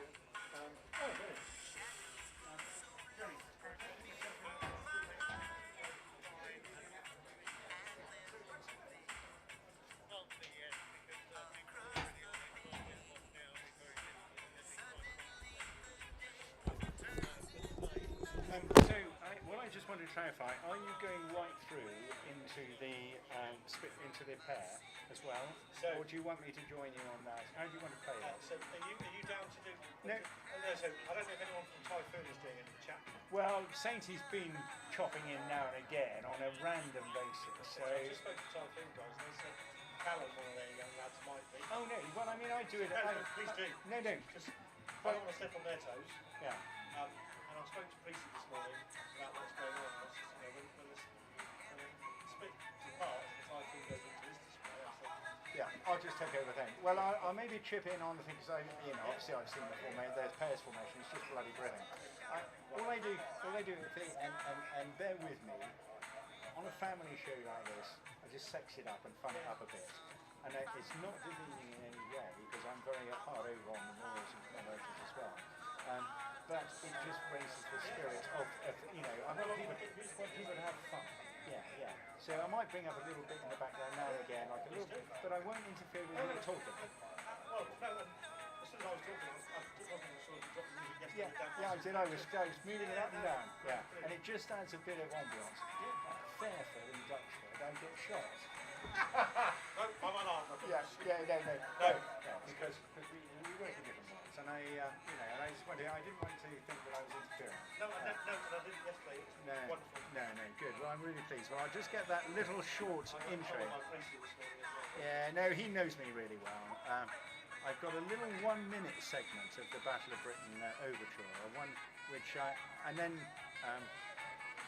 I play a little bit towards the middle. Because you've got to get both moods. You've got it for the enthusiasts; they want to hear the engines and everything else. So when you say, listen to it, obviously it's quiet. Let me just see if I can find it. 1 minute Battle of Britain. I call it the BBMF theme, but it's not. There we go. Happiest man.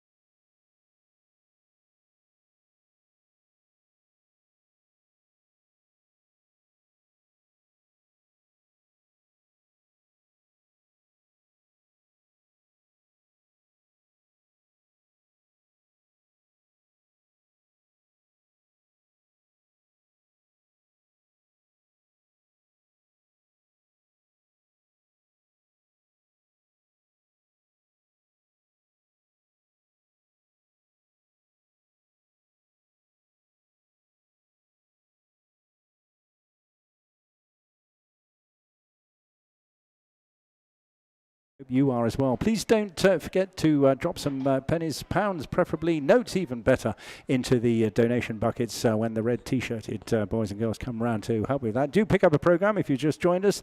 There's still lots more action to come yet. And of course, look after all your belongings. And sun's out, it's still high, still strong.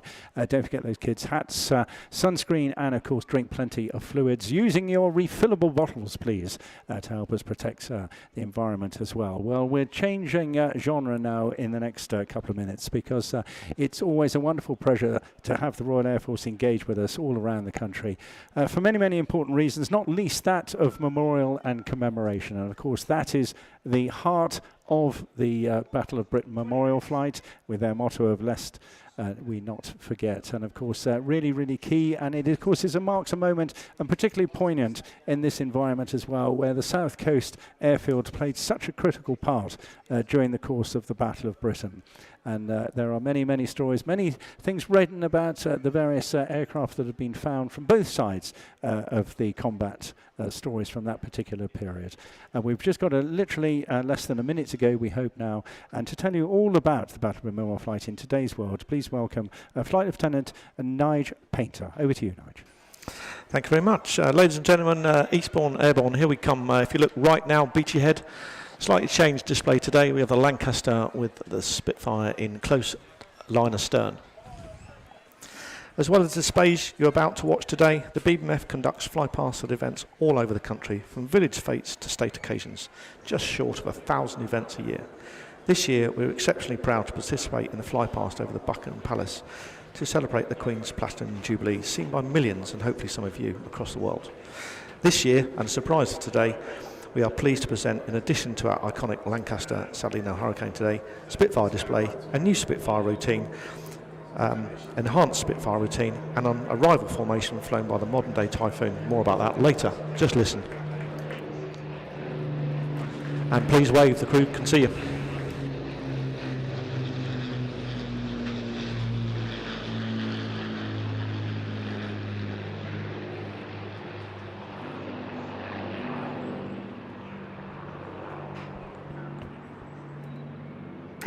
So sadly, the Hurricane PZ has a small, or actually large oil leak, which is being fixed today and will soon be back on the flying programme. And today you've got the close formation, quite an amazing picture we can find online at the BBMF of a picture from the tail gunner's position of the Spitfire Titan behind them. Quite an awesome picture. So over 7,000 Lancasters are built, but only 2 remain flying today. The RAF is fortunate and very lucky to have one of them, which presents to you today. During the war, Bomber Command suffered the highest loss ratio of any recorded combat. In all, 55,573 men were killed in Bomber Command. The flight's aim is to commemorate the 120,000 men and women who gave their lives in the service of the Royal Air Force.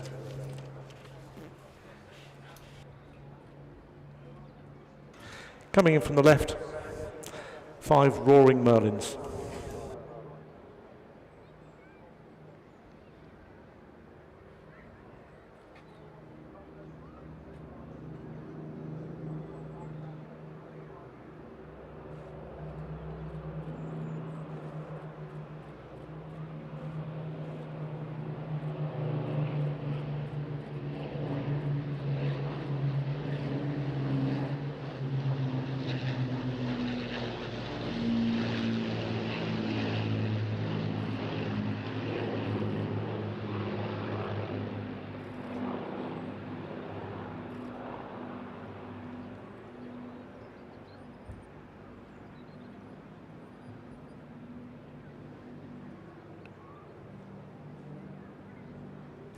If you see now, the Spitfire breaks away to commence his positioning for its own solo display, today flown by Flight Lieutenant Mark Priest, MBE. The Lancaster will continue its right-hand turn, just around 170 knots, pulling around looking iconic in the sunshine, run down the crowd line, and then in front of you, across the 2 yachts in front, the Spitfire will commence its display. Don't forget that just in front of Lancaster at the moment, Beachy Head with the Bomber Command Memorial was sometimes the last point of the United Kingdom that those 55,000 men would ever see.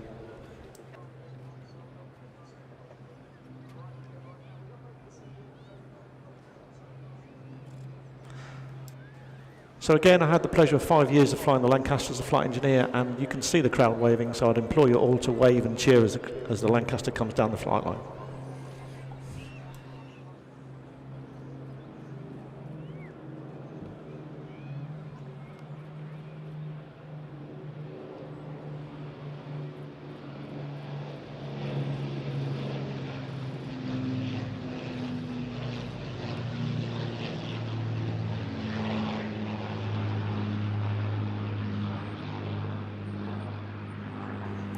Today the flight has 6 Spitfires, 2 Hurricanes, a Dakota and a Lancaster. And as you can imagine, a small cadre of dedicated engineers is kept very busy looking after the 5 different aircraft types and several different marks. These World War II aircraft are preserved in flying condition as a living tribute to those who served the country. And the Spitfire commences flying display. And clear blue sky. As the Spitfire displays, just remember that yesterday was noted in history as the longest day in the Battle of Britain, when there would have been aerial combat in the skies above you as going on now.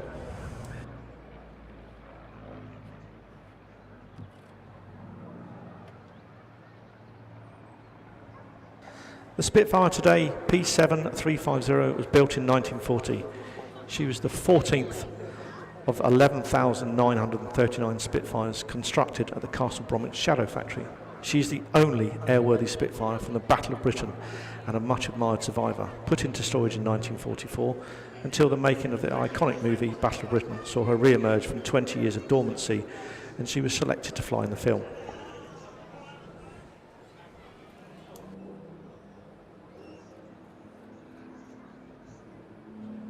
High-speed pass.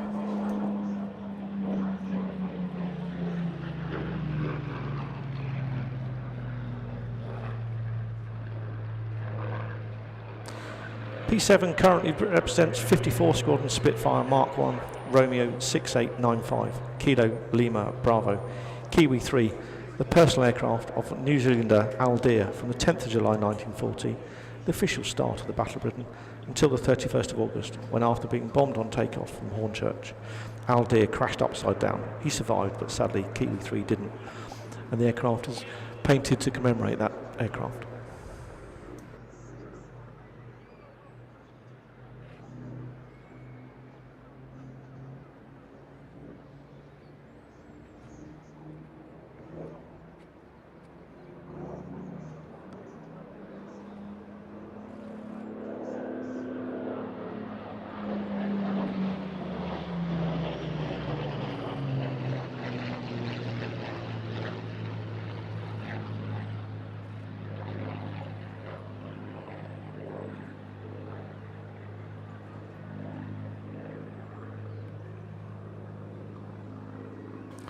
Norman operated from RAF Coningsby.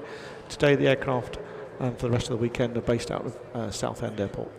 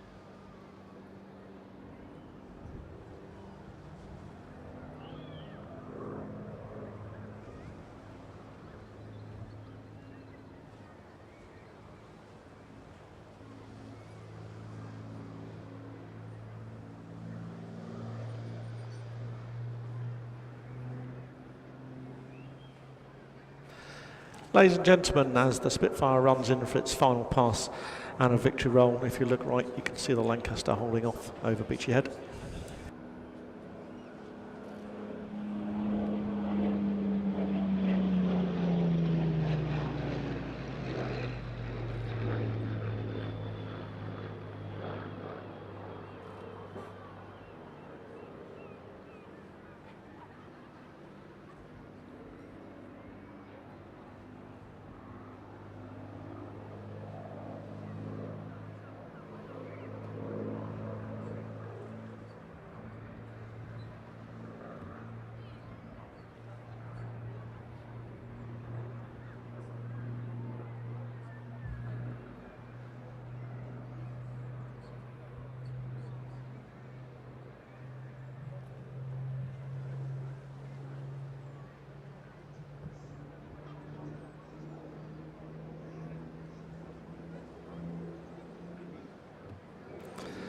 Jet engines may be the sound of freedom, but there's no finer sound than a Merlin roaring.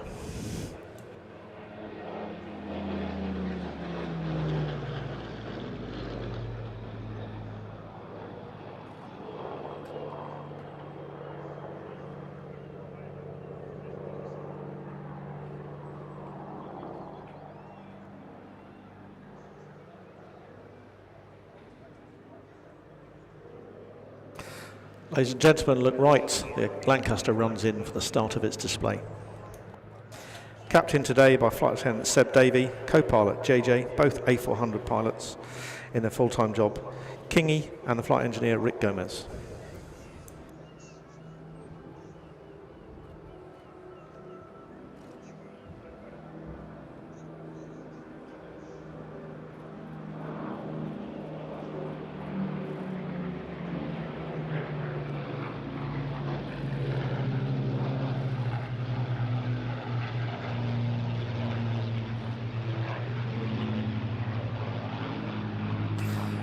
Flight Lieutenant, please now departs to the right to await the Typhoon to do the third part of the sortie as the Lancaster positions for a right-hand teardrop to run back in for the display.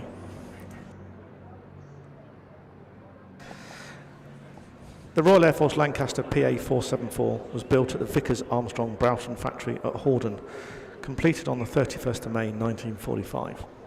The war in Europe had ended a few weeks earlier, so the aircraft was modified for Far East operations against the Japanese as part of the Tiger Force and was first flown in this configuration in August 1945.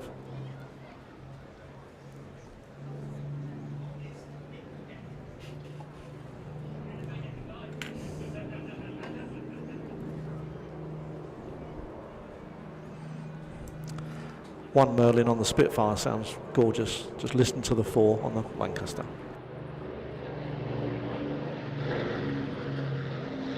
The bomb bay is opening for this run, a 360 circle, and the greatness of the Lancaster was proving in having the bomb bay, which has completely uninterrupted and allowed the development of 22,000 pound bombs called Tall Boy, unlike the American bombers, which although could carry similar weight of bombs, had a split bomb bay, so couldn't carry the specialised weapons that were required.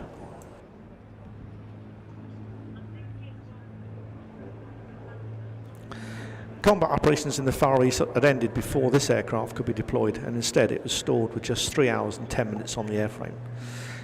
PA-474 is now painted on its port side as Lancaster Whiskey 5005 Alpha Romeo Leader, with nose art depicting a kangaroo in Wellington boots playing the bagpipes, representing the mixed nationalities of the crew, Scottish, Australian and Welsh.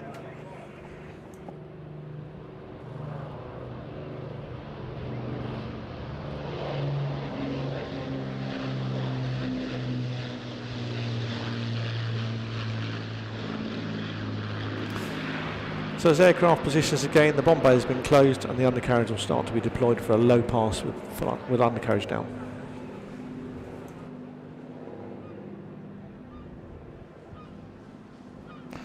Or as we call it, dangling the Dunlops.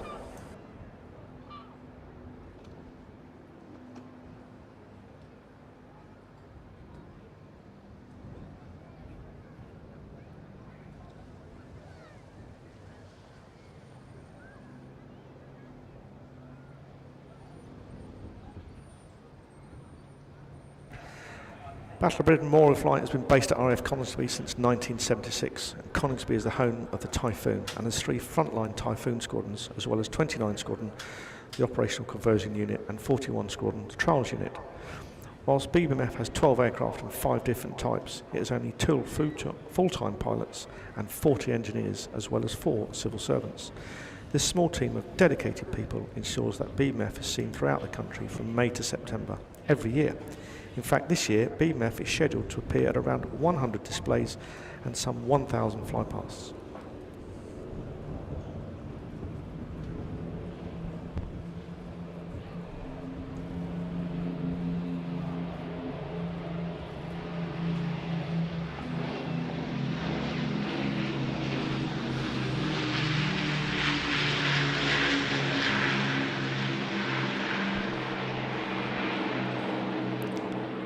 Your wings level now and the undercarriage will be selected up.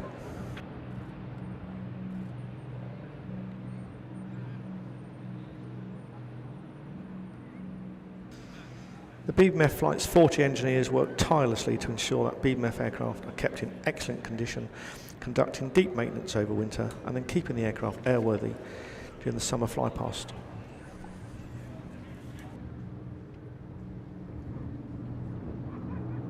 If you'd like to know more about BBMF or the Royal Air Force, you can find us at raf.mod.uk/BBMF or just Google RAF BBMF.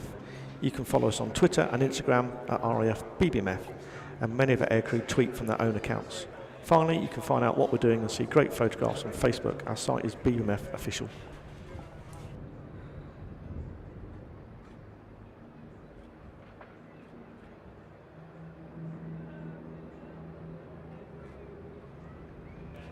So again, ladies and gentlemen, please wave for the 2022 Lancaster display on its final pass.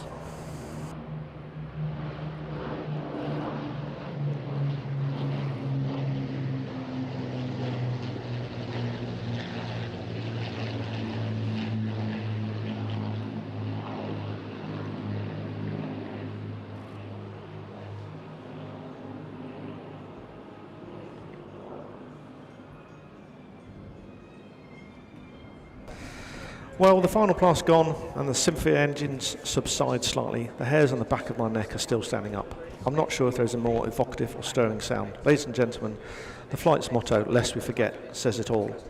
Our motto is "Lest we forget," and we hope that you remember our mission to commemorate those 120,000 plus personnel who gave their lives in the service of the Royal Air Force. Ladies and gentlemen, the Royal Air Force Battle of Britain Memorial Flight. There'll be a small pause now while the Spitfire positions to formate with the Typhoon, and we'll be back online to discuss that as it comes in. Well, I think you'll all agree what an absolutely magnificent display they always performed. It doesn't matter which selection of aircraft they bring, it is always a very poignant moment and commemoration at the heart of that, but also entertainment. A good opportunity perhaps to mention the new generation of students that are joining the Royal Air Force, and we have one in front of us here today called James Pickering, who's just passed out of Cranwell. So congratulations, James, for making that great effort. Very well done indeed, and right in the heart of Royal Air Force territory here, and I'm sure you'll be chatting to all your chums up in the Western Lawns as well. Well, we got something really special coming up, but it takes a bit of faff, as we refer to it, a little bit of extra positioning and jinxing around. I don't mean to be flippant. This is extremely well trained and rehearsed, I hasten to add, but it just takes a bit of positioning time to actually get it done, but it is well worth waiting for. If you are an aviation photographic enthusiast, this is a moment, if you've not seen this before, it doesn't happen very often, but it is an opportunity to see the past and the present in the sky at the same time. And it's a pretty tricky feat as well, because of course you're talking about an aircraft that was developed in 1936 against an aircraft that was developed in the late 80s. Hugely different, several generations apart, not just one or two, and of course a whole different way of combating the enemy as well. And we'll hear more about the Typhoon in particular. But Nigel, I'm going to defer to you at the moment, because you must have mixed it up in your flying career as well. Flying different types is altogether a different skill, isn't it? It is, and especially today the Spitfire is near enough full throttle, or what we're allowed in today's technology, with preserving engine life, be 7 inches of boost, and the Typhoon will be sitting there tight in behind the Spitfire, trying to go as low as possible. And although the Typhoon is a super aeroplane with lots of electronics keeping the aircraft airborne, the pilot is working extremely hard just trying to stay in formation and keep the aircraft on the cusp of staying in the air. So we've got one aircraft at maximum performance and one back at the other end of its flying envelope, as we term it, trying to stay in formation and airborne. And as previously been said, a most amazing photo shoot, and I'll remember to give you the point where they come in across the yachts by the lifeboat. Yeah, well, here they come. If you look right now, there'll be Typhoon again. Spitfire flown by Flight Attendant Priest, leading the Typhoon. You can see the Typhoon is angled quite high, high alpha as it's called, because it's trying to stay airborne. A magnificent opportunity, real heritage and frontline power displayed in an instant here.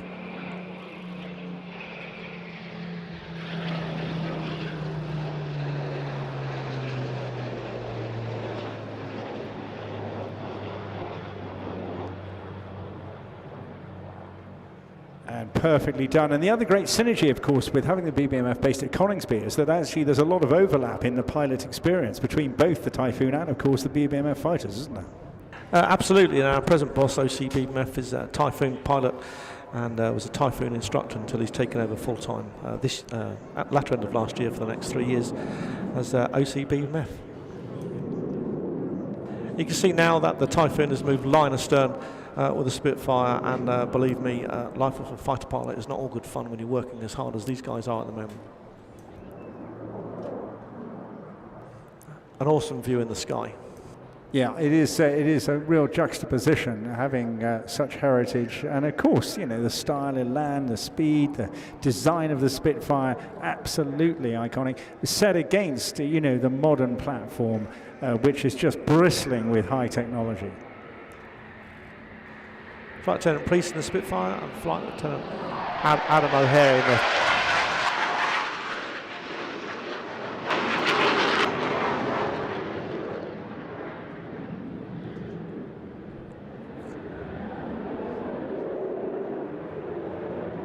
And there is the shade of noise to follow when this little sequence is complete, but a great photo op coming up now, because as they come in towards you, it'll be time for their break.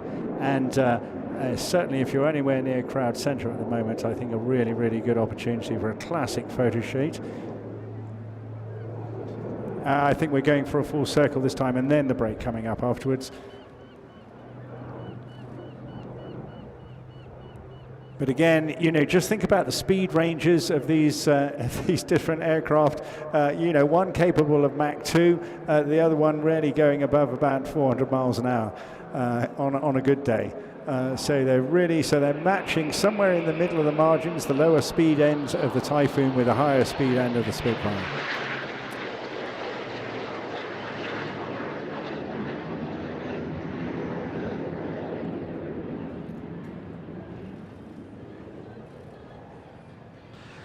So this is the moment now they're positioned to come in straight at the crowd line across by the RNLI lifeboat in front, and when they split with the Typhoon going right as you look at it and the Spit going left, according to my brief, and this is the most amazing photo opportunity. Clear sky, slightly white behind you, amazing.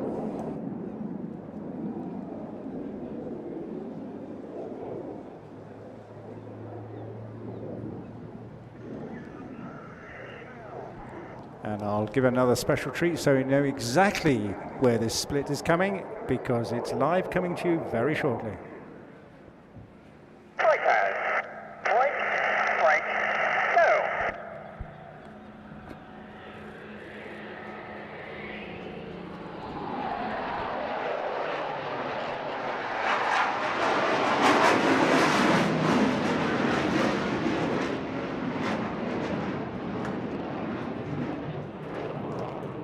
Well, ladies and gentlemen, welcome now to the third phase of this fantastic demonstration from the Royal Air Force. The mighty Typhoon, 40,000 pounds of unadulterated thrust is coming your way in the guise of this. You don't get much time to talk about a Typhoon display, but I've got Callum alongside me, who we just plucked out of the RAF Village, who's going to try and get a word in now and again.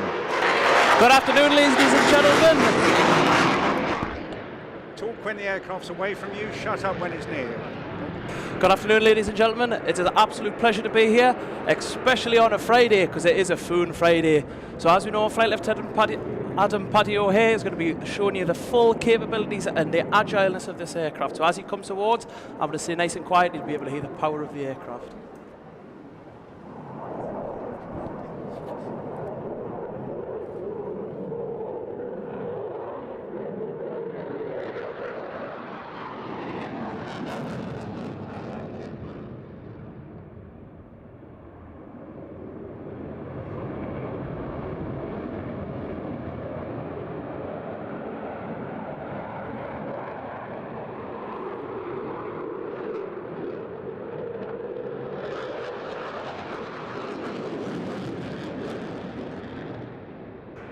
So as you can see there, Paddy has now initiated the reheat in the engine, so that's now burning half a tonne of fuel a minute in both each engine, and we're also producing 20,000 pounds of thrust per engine, so we're over 40,000 pounds of plus. As he comes past now, he's going to probably push the aircraft straight up to its full speed, and when he comes into a brake, he'll be pulling 9 Gs. That's 9 times the force of gravity.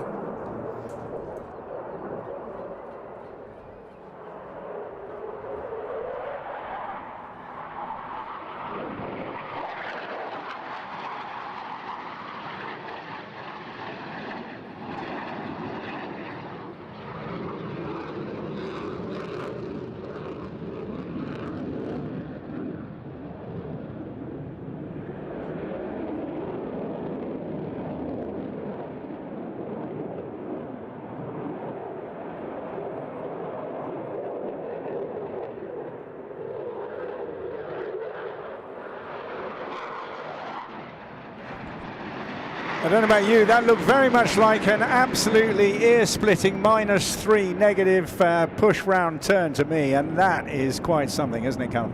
It is quite something. One of the questions we often get asked is there actually smoke on the aircraft? Now that's not actually smoke, it is fuel that comes out the vent pack of the aircraft. So we use the engines to pressurise the fuel system. However, one of the counter problems with that is when the aircraft goes invert and pushes -3G, we also have fuel coming out of the engine of the fin. Well, there you go, you heard it from the expert here. Here he goes now in a multiple roll pass all the way down left to right, and he's in the middle of a washing machine right now.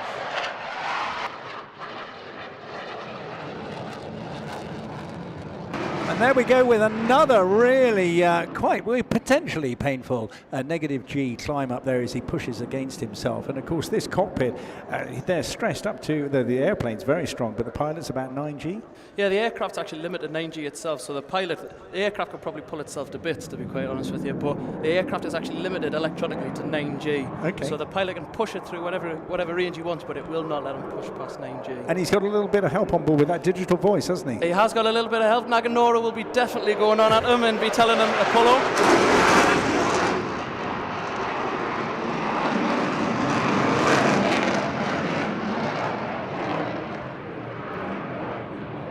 I suppose a good thing about Naganora, she never tells him to slow down, so he always goes as fast as he can. I've not heard the nagging. I heard Barking Betty was the one I first heard, but now it's Nagging Nora, and that is, of course, the digital assistant on board that doesn't just stops him doing anything ridiculous with the aircraft, and it is very, very clever system indeed. In fact, it's quite a comfortable cockpit, isn't it? Yeah, it is quite a comfortable cockpit. I mean, I wouldn't want to be sat in it for very long. No. And as an engineer, you know, we have to ground run these aircraft, you know, and as Paddy's shown now, he's now been showing you the very high, agile side of the aircraft. Now he's fighting the aircraft and now keep it in the air. He's going nice and slow, probably about 150 knots, rolls off, and now he's going to slam it into full reheat and show you some acceleration.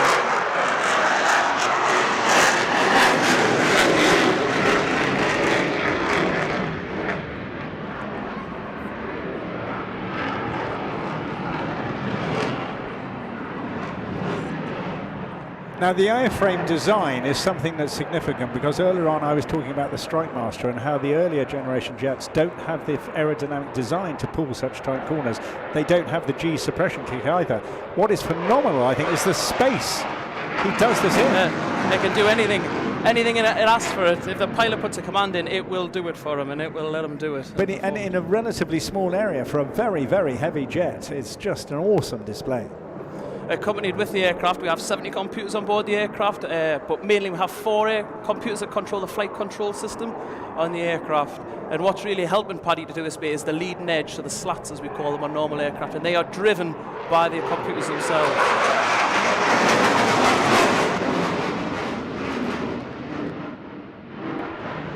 And it's a great day to see that condensation, just as you put a bit of pressure on the wings there, just to see that moisture condensing. Yeah, people, it's coined the name sploof, people like to call it, you can call it whatever you want. I've heard swaff, I've heard all sorts of things in my day. It's just a great photographic effect. It is absolutely phenomenal. And if you have got any pictures, remember to tweet them, remember put them on Instagram, but remember, hashtag Typhoon Display Team. We want to see those pictures.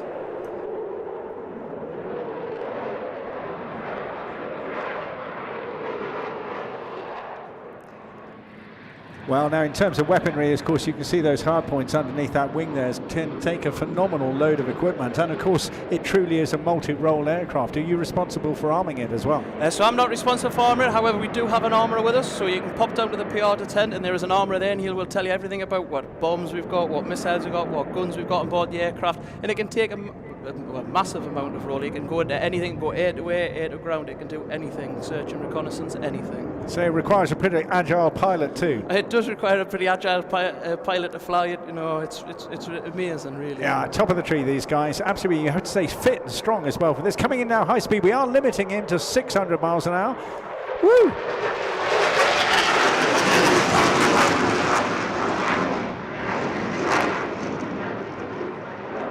Oh, this is just a special day to see a Typhoon display. Now, you're used to a 70 mile an hour limit on the motorways. We have an airborne limit around here at 600 miles an hour. That's just to stop anybody going supersonic and, of course, cracking most of the windows in Eastbourne.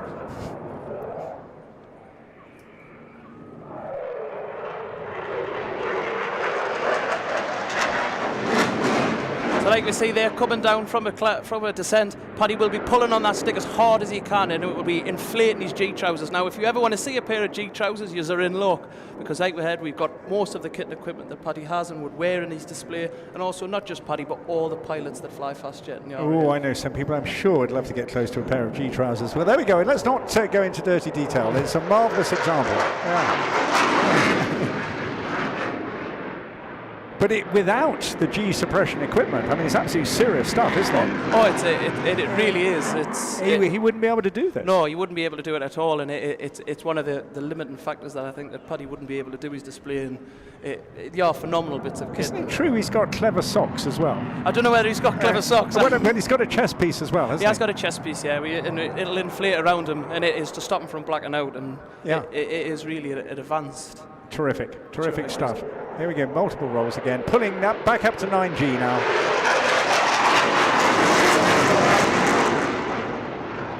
And just to put that in perspective, remember that is 9 times your body weight. So you can imagine a force coming down in and pushing on you to 9 times the weight of your own body. When you're going inverted, we talk about -3. That's really uncomfortable because all the blood is rushing to your head and you get a thing called readout.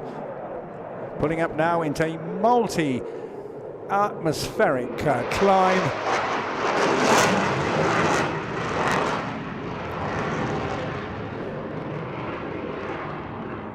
And if it weren't for Gatwick Airport, he would have been in the stratosphere in about a minute's time. Am I right? It's probably about that, yeah. This aircraft is obviously a multi-role aircraft. It can go up to 60,000 feet, the highest that we've ever got to manage to get it to. I imagine it would go higher and higher if it wanted to, but I don't think anybody would really want to go. I bet they've tried. They've just not said anything. Well, that was just the most spectacular display. An absolutely awesome machine. It must be a real pleasure to actually work on it as a team.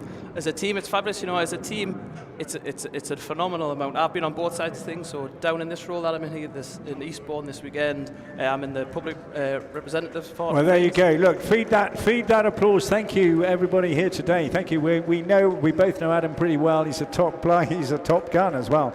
You know, tremendous stuff indeed. Now, you've got the village round the corner there. What sort of other things are on offer? Not just from the Typhoon team, but the rest of the Royal Air Force. So for the rest of the Royal Air Force, there's multiple rules there. There's not just, you know, we're going to be biased as engineers and we're going to try and get you to be engineers, but if you don't want to be an engineer, we've also got logistics technicians in there. So we've got people who are like drivers and suppliers. We've also got people who are, you know, you can go get down and get yourself some dinner. We've got the catering course down here from RAF Odium. Speaking of RAF Odium, where I used to be as a liney, there's Chinook display teams down there.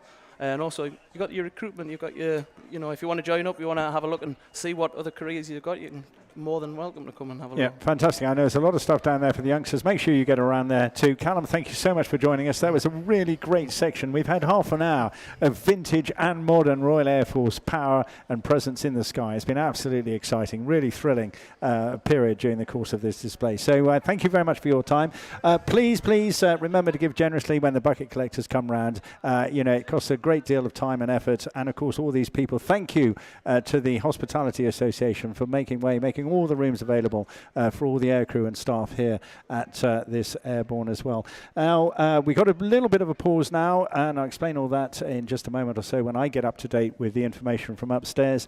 But do take the chance to top up your teas. Don't forget hats, sunscreen, plenty of fluid for the kids as well, and keep all your belongings safe with you as well, please. All right, be back with you in just a moment.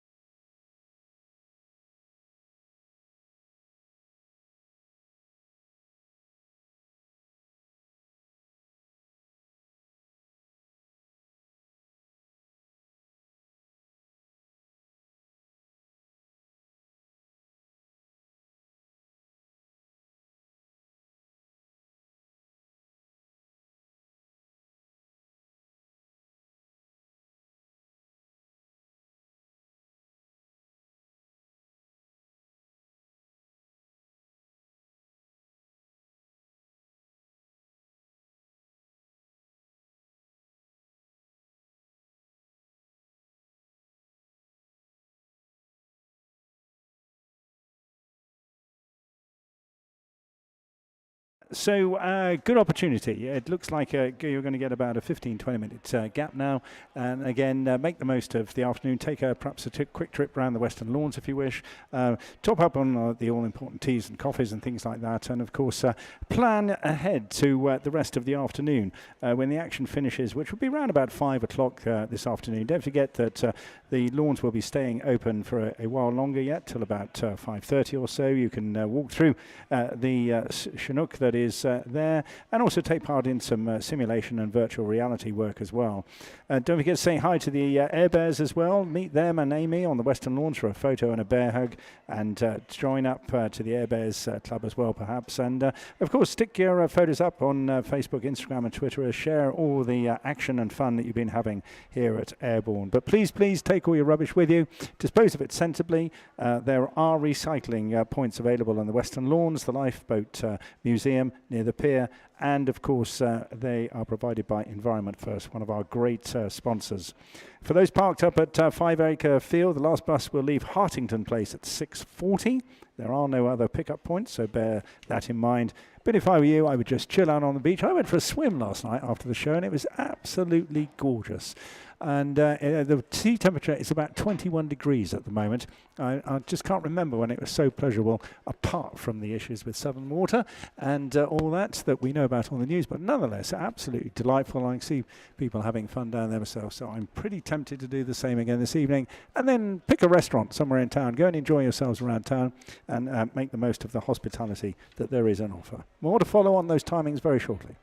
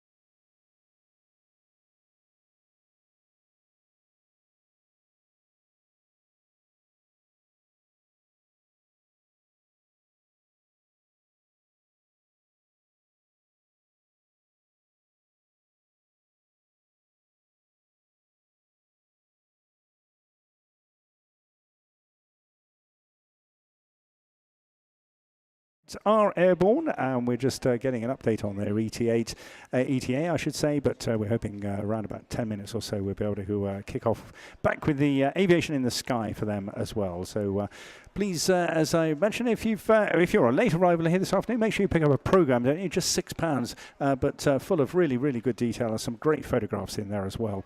And of course, drop those pounds in that bucket as well. Around this evening, as well as all the restaurants and things in fun in town, you can also go around the world in 80 days. An extraordinary production at the Devonshire Park with 7 actors, 6 trains, 6 boats, 4 fights, 2 dances, a sleigh ride, a storm, a circus, a balloon and an elephant, all taking to the stage at 7:45 this evening.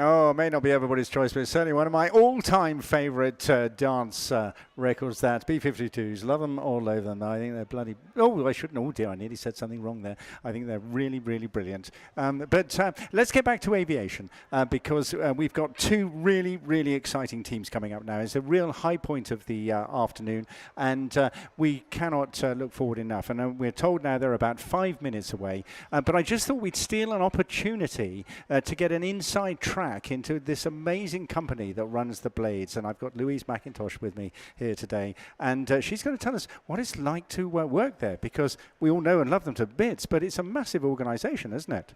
Is George indeed. Good afternoon, Eastbourne. Ladies and gentlemen, boys and girls, my name's Louise McIntosh. I'm from the Blades Aerobatic display team. Yeah, the company is absolutely amazing. I've been with them actually since 2006, so right from the beginning.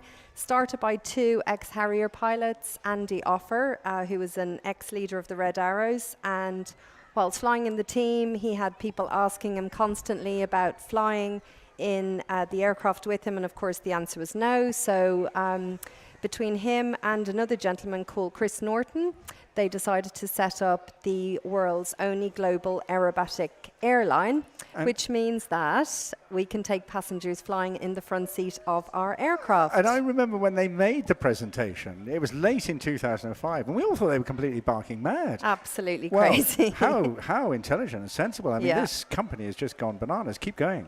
Yeah, so we started literally with a team of 7 people, 7 full-time people, and we are up to actually nearly 400 now in total. Wow. So we have about 8 different arms of the business, the Blades being one of them, and then, yeah, we've got sort of broadsword to charter 737s and, yeah, various other parts of the company So that what we're I'm seeing, not allowed to talk about. No, oh well, okay, all a bit sneaky beaky, but there's nothing sneaky about the Blades because we're No, so the nothing at Blades all. are just like the top end, the icing on the cake of what is a long tentacles of different aviation interests. They're the pretty face of, of the company. Am I allowed to say that? Very much so. They are all ex-Red Arrow pilots, yeah, and absolutely thoroughly amazing guys. Oh God, Proper well, aviators. that's great. Yeah. Now you mix and match a bit, but the one rule is they've all got to be ex-Red Arrows. Is that right? That is, yes. Currently, we have all ex-Red Arrows on the team and always have had. So, yeah. Absolutely. You've got 4 aircraft, but you mix and match the pilots a bit. Do you choose from a pool of about 5 or 6 different ones each time? We've got 4 full-time at the moment, and then we just have the odd one who will fill in. So we have Smithy, Ian Smith, who's ex-Chinooks and Jaguars, also ex-Red. He fills in, and yeah, that's actually it for the moment. But yeah, and we've got 1 spare aircraft today. When you see the team arrive, we have a 1 white aircraft, along with the other 3 that are in our corporate colours. But yeah, the white one is Blade 1, Andy Evans. I thought he would take the white one. Yeah, well, it doesn't just surprise so he me. stands out.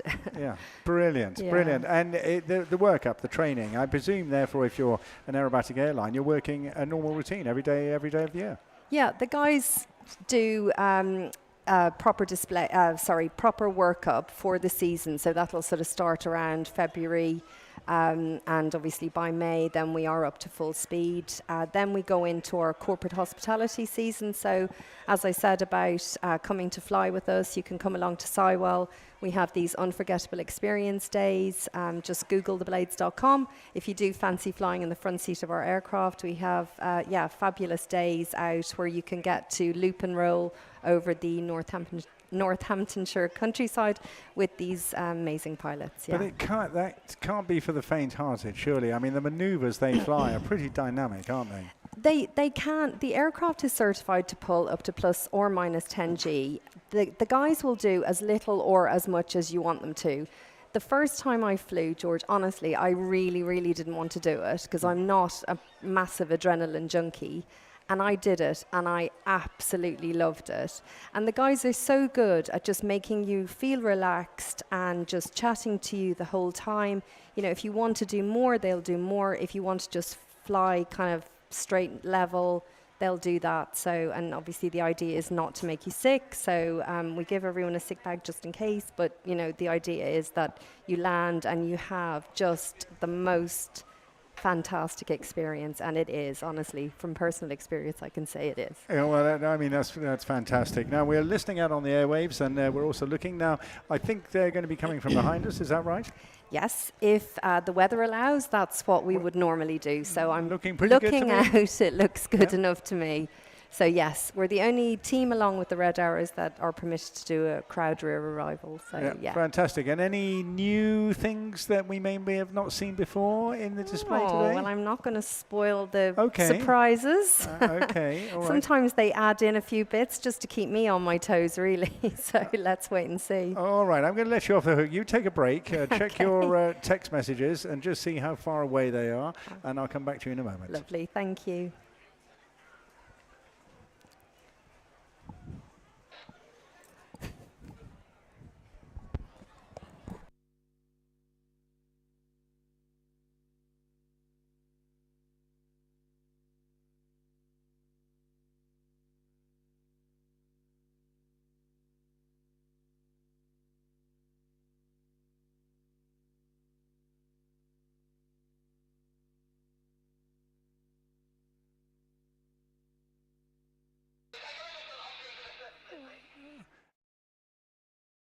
That burst of RT transmission in the background, I can assure you the blades are just checking in with our aviation controllers upstairs. And I think we've got seconds to go. I hear them doing their airborne checks. They have to make sure that everything is safe, of course, inside the aircraft, as well as us making it safe over the ocean. And thank you for those rescuing the umbrella there. Anything that's floating around the sky can be a major hazard to aviation. So well done, the team, and for rescuing that. Fantastic news indeed. Well, we've got a really exciting finale now this afternoon. And I think I'm just waiting for the nod from Louise here to know whether she's ready to hit the road. Are we ready to go, Louise? No, quite. We're still listening in. They're just repositioning. I can hear it myself. Yeah, they are just doing their last final checks before clearance to arrive.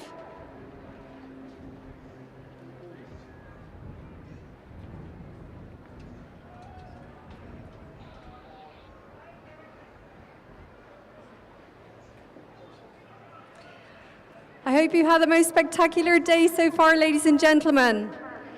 So as I said, Louise McIntosh from the Blades, and about to arrive over your heads shortly.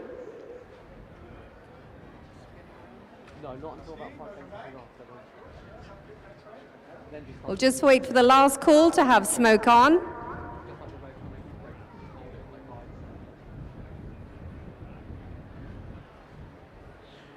I'm just going to be silent for a second so I can listen out to the radio as well.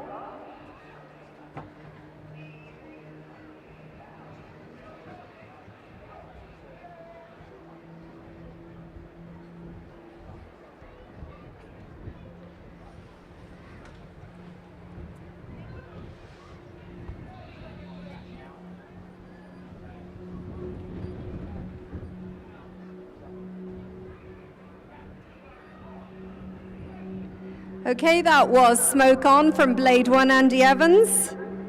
He's also a founding member of the team, flown in the Jaguar Hawk and in the Red Arrows also. About to arrive are the Blades.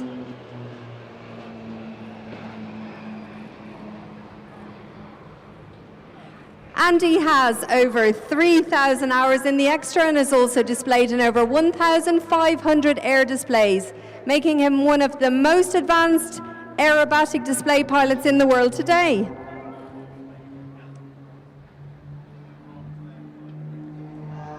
So he's leading the team now into the next maneuver, calling as Blades 2 and 3 move out to the side. They're now performing a box loop. Blades 2 and 3 performing opposition stall turns, whilst Blade 1 falls back and Blade 4 performs a pushover. Please get your cameras ready for the next maneuver. The guys are going to fly at the crowd line at full speed, pulling up to HE in the crossfire break.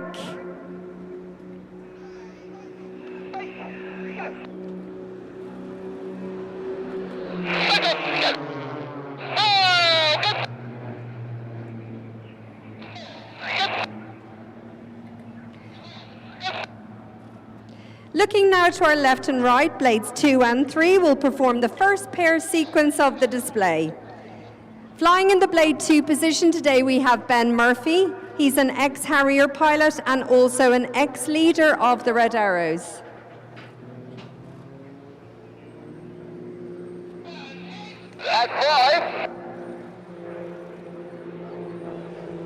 Here we have blade 3 leading the pair to perform point rolls and snap rolls before crossing in the center line.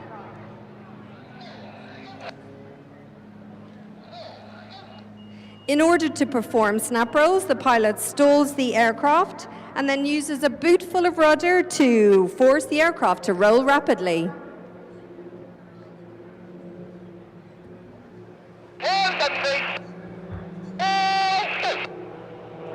Here we have blade 1 and 4 flying head to head, performing synchronized aileron rolls before pulling into the vertical to 1,000 feet and cutting the throttle for silence before falling back down towards the beach.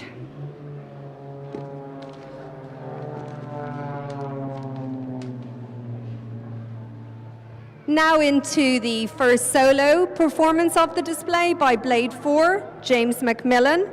He started his career with the RNZAF as the youngest fast jet pilot. He went on to fly Harriers, Typhoons and then Hawks with the Red Arrows.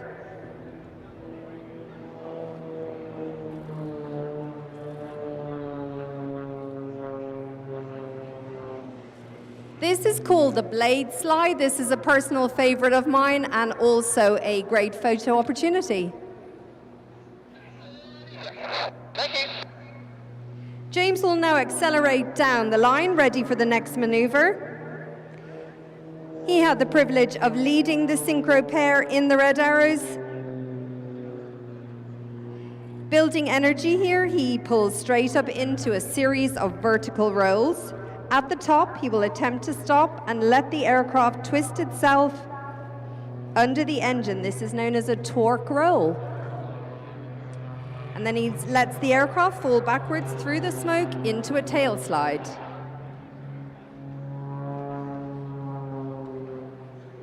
Looking out to our left now, you'll see the other 3 pilots led by blade 1. Leading the team into our crowd favorite. This is called Crazy. The team have been performing this maneuver since the beginning, 2006. I say they still have work to do on it. We've got blade 4 there rolling around the smoke of the other pilots. And the other 3 demonstrating an unnatural way to fly. Pretty cool. The blade 3 position is flown by Mike Ling. He's the longest serving Red Arrow pilot. Joined us in 2018 after 21 years in the RAF, flying the Hawk and Tornado. Coming left now. So blade 4 just rejoining the team and setting up for the next maneuver, which is the loop to Aerobatic's box bend. The team will start with a formation loop, flying just 6 feet apart. This is dedicated to our prime sponsor, Aerobatic. We're very privileged to have Aerobatic as a prime sponsor on the wing of our aircraft. We've been working with them for 8 years now. Aerobatic specializes in delivering aviation safety software, providing solutions to over 200 airlines globally.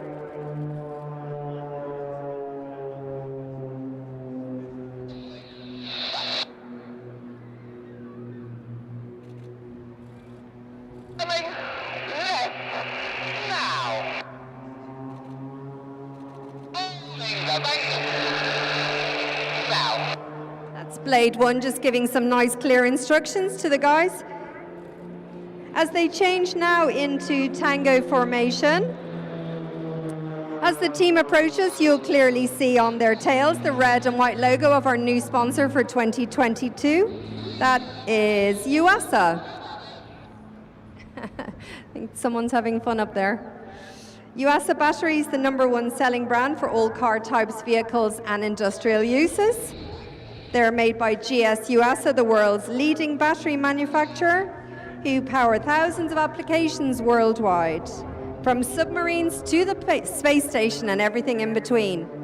They are also giving away 2 seats, ladies and gentlemen, boys and girls, to fly with us. All you have to do is Google Win a Blades Flight or UASA, spelled Y-U-A-S-A, and all of the terms and conditions are on there.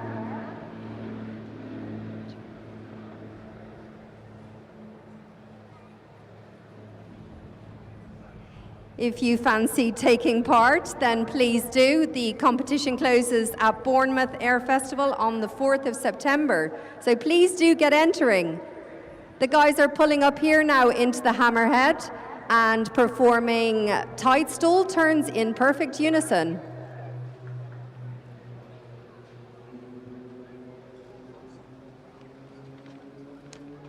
We're entering the second half of the display now. It normally lasts for around 15 minutes and consists of over 30 exhilarating maneuvers.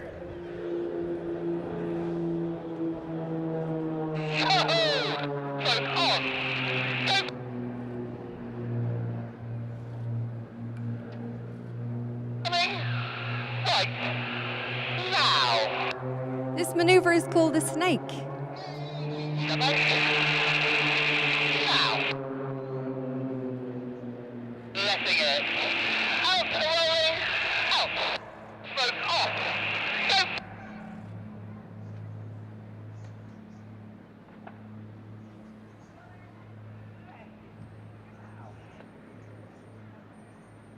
Holding the bank.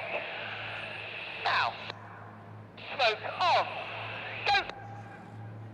Silence. Go. 2, 3, 4.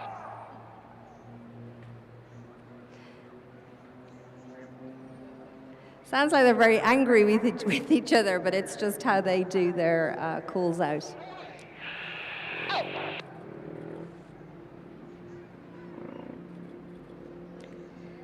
So here the 4 ship are going to demonstrate how the aircraft can roll rapidly, performing a synchronized set of aileron rolls.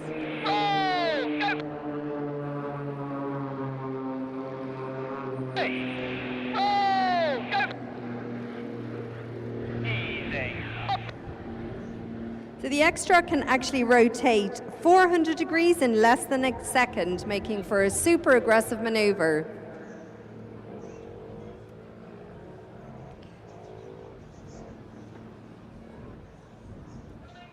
Left. Now. Holding the bank. Now. I think the wind is 2 left and possibly half off.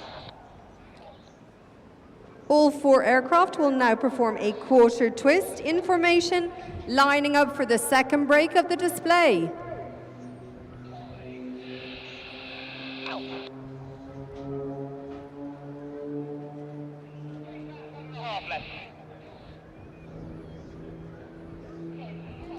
Ladies and gentlemen, this is the fan break.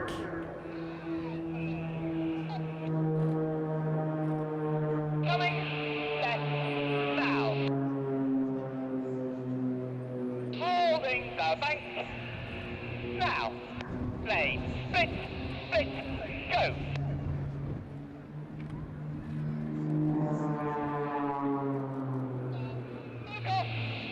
Go. And pulling. So keeping our eyes on blade 1 and 4 as they break out together, they are going to perform an iconic shape in the sky. This is the heart, and it's dedicated to our charity partner, the Royal Air Force Benevolent Fund. The fund is a very, very important charity to us and to obviously a lot of people. It's a leading welfare charity for the RAF and provides assistance to any member of the RAF family.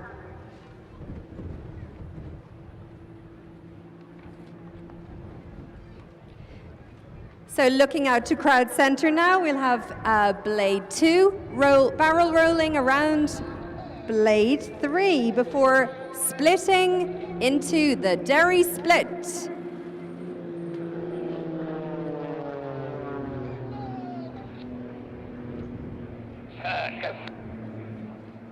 So staying here with blades 2 and 3 as they perform wing overs before crossing in the center line, apologies, at a closing speed of 350 miles per hour.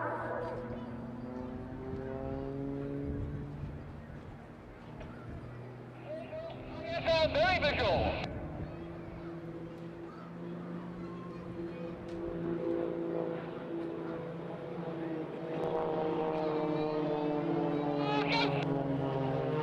So the pair will actually finish this section by pulling into the vertical to perform synchronized Lomshevacs. This is a Czech word meaning hangover or headache. You can probably tell why.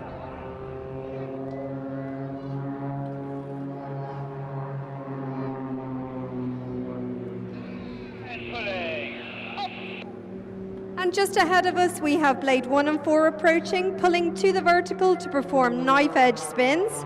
This is a very dynamic maneuver which involves the aircraft spinning around its wingtips at -3 whilst dropping vertically. As George said before, not for the faint-hearted, but you know, you just do as much or as little as you want to.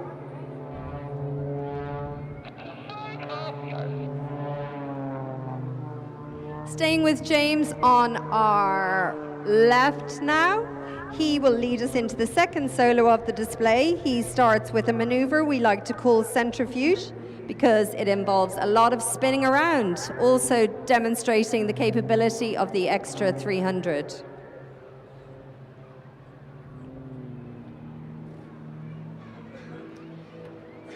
Pulling up now, James positions the aircraft back towards the middle where he will demonstrate the rolling capability of the extra 300.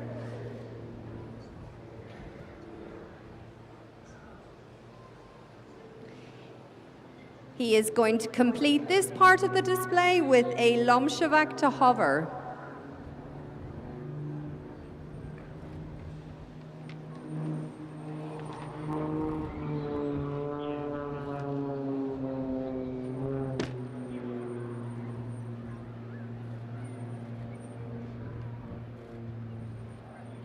He's probably the craziest one out of the four, as you can see.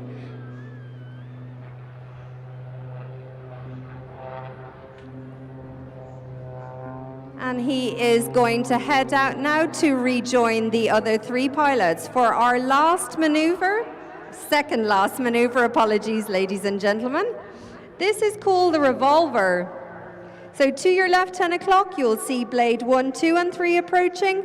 Blade 1 rolls and turns simultaneously, whilst blade 2 and 3 will barrel roll around blade 1 smoke, matching each other at the top and bottom of each roll.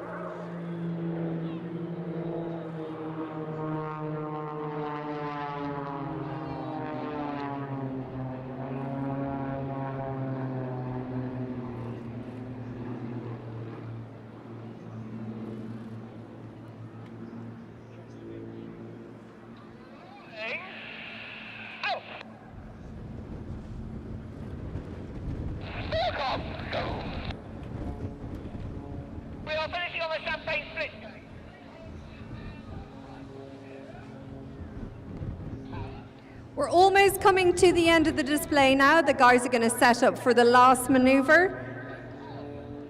I really hope you've had the best day. You've got the Red Arrows amazing team obviously next to finish the show. If you do have any good pictures for us, please do share them via our social media channels at The Blades Team for Twitter and at The Blades Official for Instagram and Facebook. This is our last maneuver, ladies and gentlemen. This is the Champagne Split.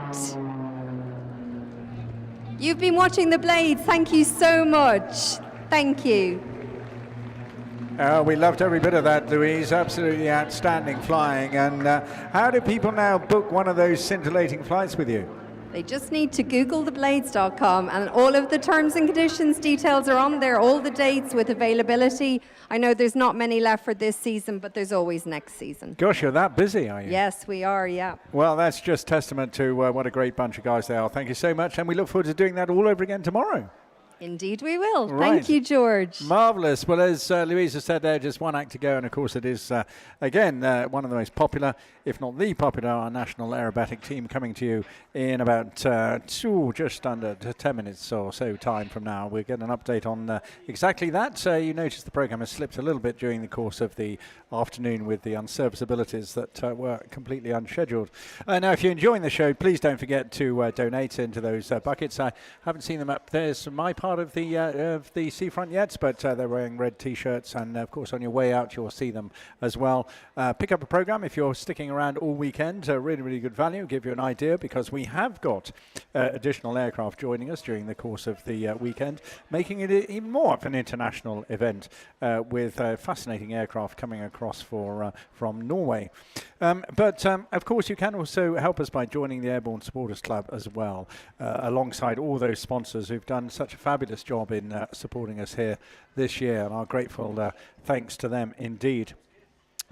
Now, the Western Lawns will, of course, be staying open until 5:30 this evening. Join in a tour around the Chinook, chancel, or even sample some field cooking from the Royal Air Force. Get involved with the flight simulator with the Air Cadets, and, of course, a virtual reality experience with the Army as well. You can say hi to the Air Bears as well there, get your photograph taken, and grab a bear hug at the same time. Please ensure, if you do think of dashing off a little bit early, I urge you not to, because it's just such a gorgeous afternoon, and I suspect you'll get trapped in some traffic as well. Enjoy the ambience of the Eastbourne seafront, the wonderful sunshine, the great welcome, and pop along to the pop-up park right in towards the town, towards the pier there, and take some photographs with the great big Hollywood-style letters there, and enjoy the restaurant culture, and of course all the various cafes around as well. Make the most of the evening, but if you are going back to the car park, those who are parked at the 5-acre field, the last bus will depart at Hartington Place at 6:40. So we're just going to ensure that all is in place for the Mighty Red Arrows. An additional outline of safety procedures, of course, in place, and that is Red 10's primary role. We'll let him get on with his work, and we'll get back very shortly.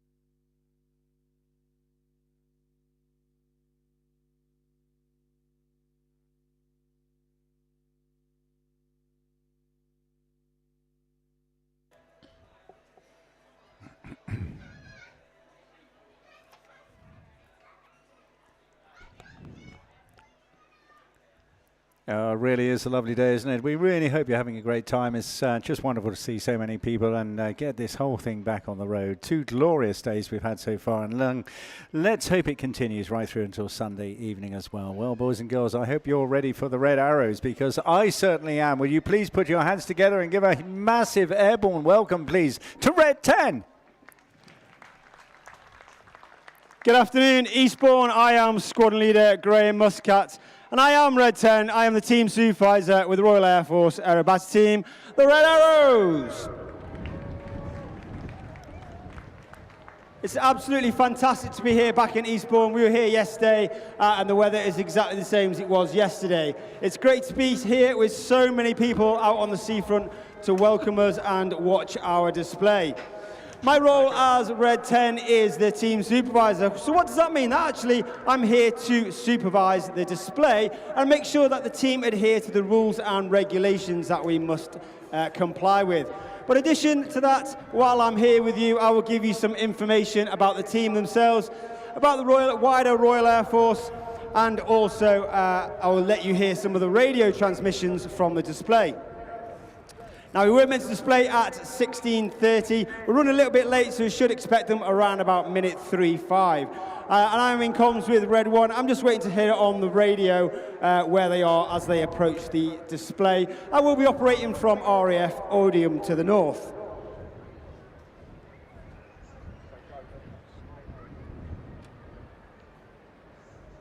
As you're aware, COVID-19 has played a massive, significant effect on events like these, and it's great again to be at these events with such a capacity crowd. And early this year, we perfected our display on our spring exercise in Croatia and Greece. And we are performing to over 65 displays this year. We're about 2/3 of the way through our season. We've got the rest of August to go, a couple of displays for the first 2 weeks in September. And then we'll take a small break before we go on our winter exercise, our display season over in the Middle East. One of the key roles of the Red Arrows is to represent the Royal Air Force, which as a service is on duty 24 hours a day, 7 days a week, 365 days a year. Mainly through our quick reaction Typhoon aircraft, which are on alert 24/7 to defend the skies against any threats or adversaries that come towards us. And they are also on duty alongside our NATO allies.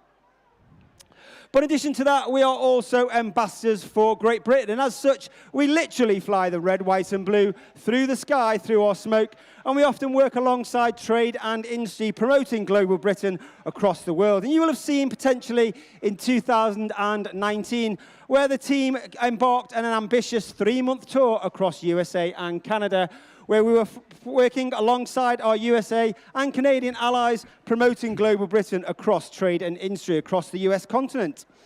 And in addition, we worked in Estonia and Poland last year, also operating with our NATO allies. The Red Arrows and the Royal Air Force are STEM ambassadors. That means we work alongside schools and colleges, science, technology, engineering and maths. And we often go to those institutes and promote those subjects to address the shortfall of those subjects across national trade and industry.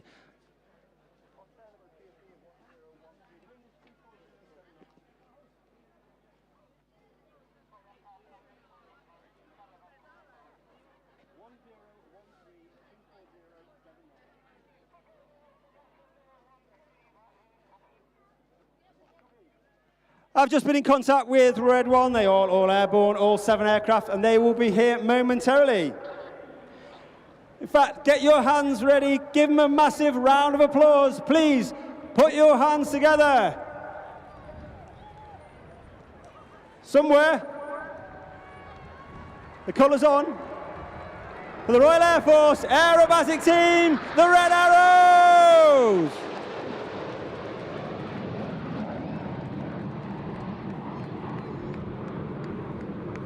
We have 3 types of display: full, flat and rolling. And that is normally based on cloud base and viz. However, the airspace construct around Eastbourne limits us to a rolling show. So therefore the team are now bending to the right, with Red 1 collapsing the formation into 7 arrow. Red 1, the team leader is Squadron Leader Tom Bold. Tom is in his second year as the team leader. He was previously the Synchro leader in 2017, and he is also a former Typhoon pilot, a former qualified flying instructor on the Hawk T-Mark II, as well as the Tucano, and he was the Tucano display pilot in 2010. However, Eastbourne, get your cameras ready for the 7-arrow roll.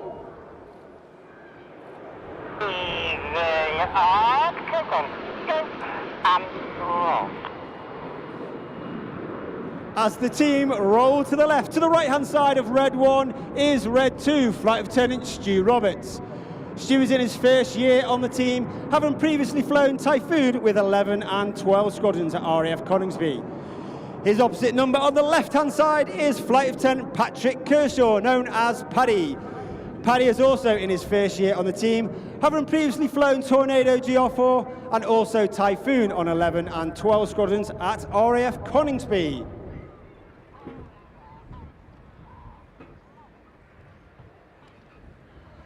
The smoke comes on as Reds 2, 3, 4 and 5 move their way back in line abreast to sit just behind Red 6. The Red Arrows are based at RAF Scampton, just to the north of Lincoln. RAF Scampton was the base for the World War II famous Squadron 617, the Dambusters. Unfortunately, Scampton will close at the end of this year and the team will move to RAF Warrington, and therefore, in tribute to Scampton, its history, its squadron and its personnel, and now that F-35 is flown by 617, the Dambusters, this is the Lightning Present. Left, left. Holding the bank now. As the team goes to the left-hand side, on the far right, uppermost as we look at it, is Squadron Leader John Bond, known as Bondy. He's in his 5th year on the team, having previously been Synchro leader last year. He's also a former qualified Typhoon pilot and a qualified flying instructor on the Tucano, and he was the Tucano display pilot in 2012.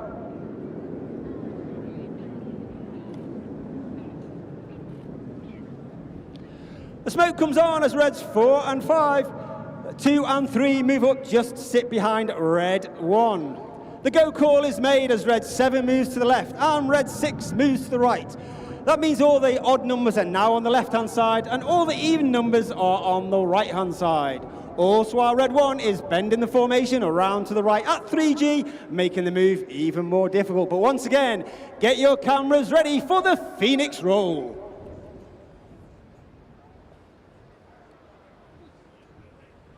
Rolling out. Easing up. Go and roll.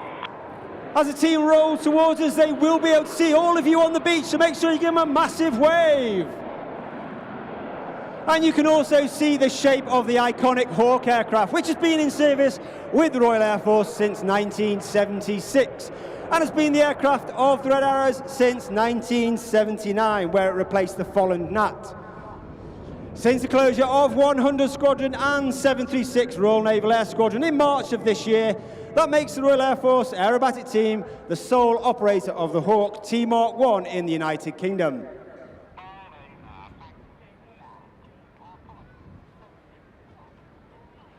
Red 4 and 5 once again put their smoke on as they make their way back to the rear of the formation. The Royal Air Force is always trying to look and develop its capabilities, and as such, on the 1st of April 2021, the UK Space Command was formed. As the Royal Air Force acknowledges the importance of space in all military operations.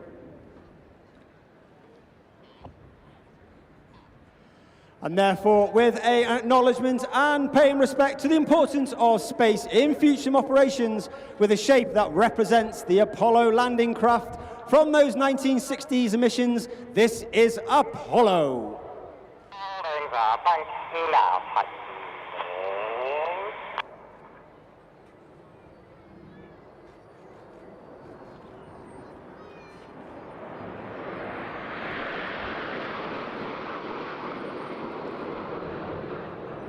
Red Arrows is, of course, a military unit, and as such, we are commanded by Wing Commander David Montenegro.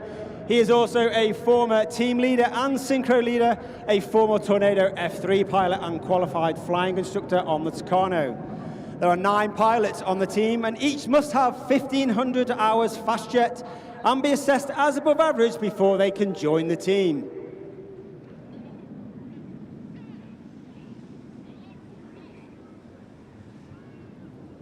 You can see now the team splitting into 2 sections, with the front 5 all in trail, and on trail in them is Reds 4 and 5. With one of the manoeuvres, which is one of the crowd favourites and my personal favourite, representing the combat aircraft, the Tornado GR4, which was in operations for nearly 40 years. Get your cameras ready for the colourful and dynamic Tornado.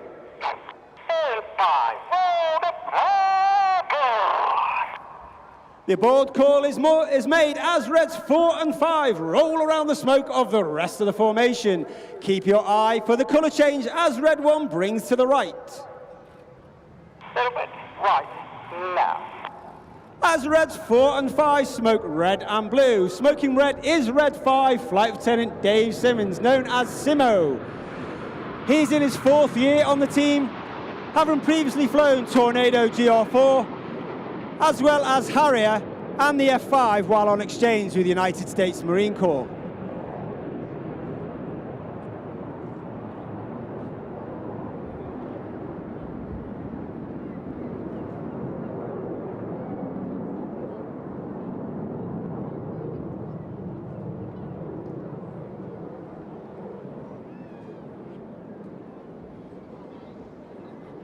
(2022) is an important year for the UK and the Commonwealth as Her Majesty the Queen, Queen Elizabeth II, celebrates 70 years on the throne, thereby making her the longest serving Queen in history.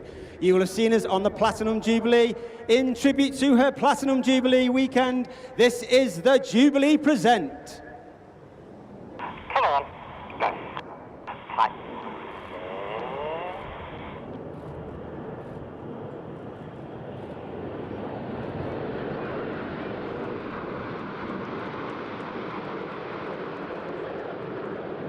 You will see that the aircraft are flying with their air brakes out. And that's a small door at the bottom of the aircraft towards the rear.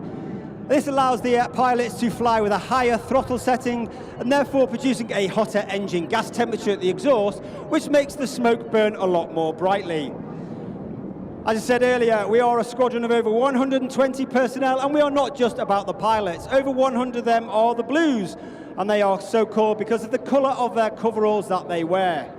They are the engineers, the administrators, the ops and the public relations personnel. 10 individuals who are specially selected each year to fly in our aircraft in between displays when we cannot take the full engineering complement are the Circus. One individual of that circus is Circus 10, Air Specialist 1, Abigail Druitt. She is with me at every display, filming the display for safety and debrief purposes. And she is also responsible for many and almost all of the images you see across social media.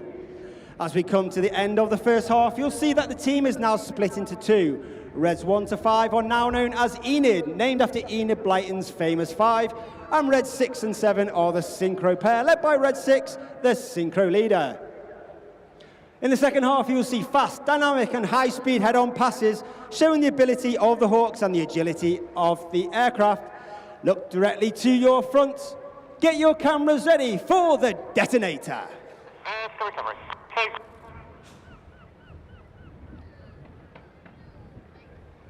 A little bit hot. 6. In it. Break. Go.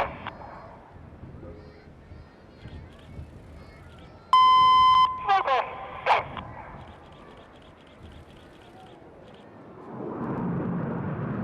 Red 6 and 7 breaking away from us. Red 7 smoking red and Red 6 smoking blue.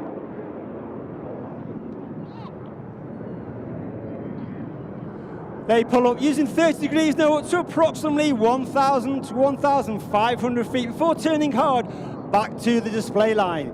They will descend to 100 feet and have a closing speed of over 800 miles per hour, and they will perform a series of barrel rolls in a maneuver we call the double rolls.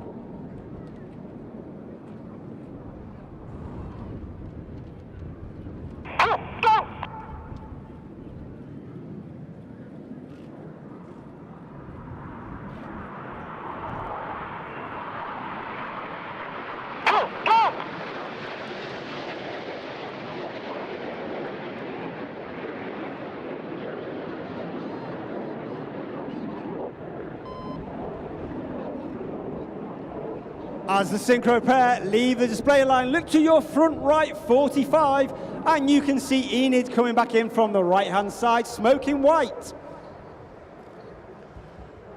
The red, white and blue come on as they perform a series of barrel rolls in the sky, leaving a snake-like smoke trail in the sky in a maneuver we call the Python.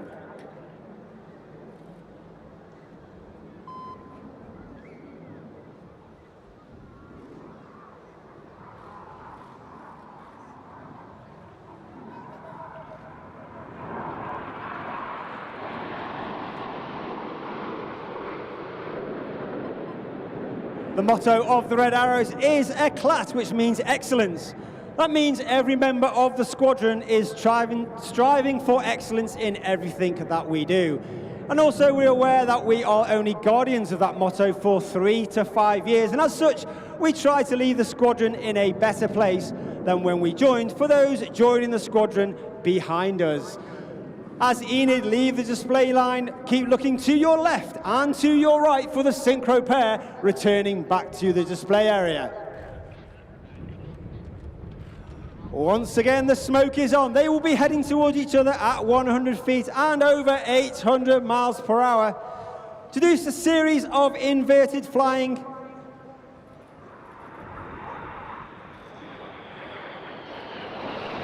Each aircraft now performing a 360-degree aileron roll.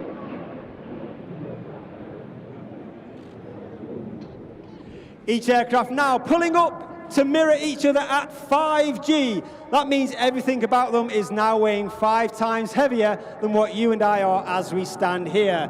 They reach a height of about 2,000 feet before they inverted at 60 degrees nose down, mirroring each other as best they can in a maneuver we call the boomerang.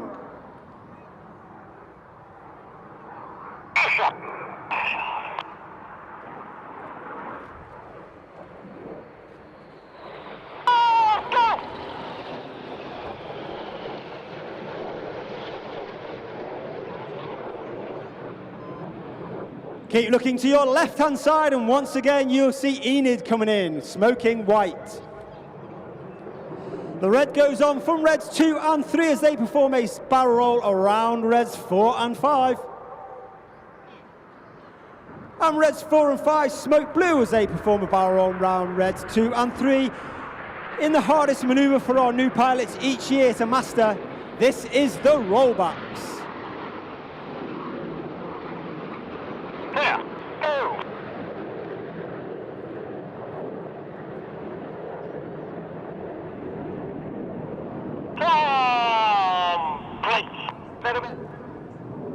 Keep looking to your right and you can see red 6 bringing in red 7 in trail.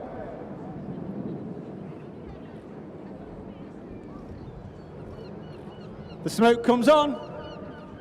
Red 6 rolls inverted. He can now definitely see you, so give him a wave as he goes, flies inverted all the way along the line as red 7 rolls the red, white and blue around the smoke of red 6. Red 7 is Flight Lieutenant James Turner, known as JT.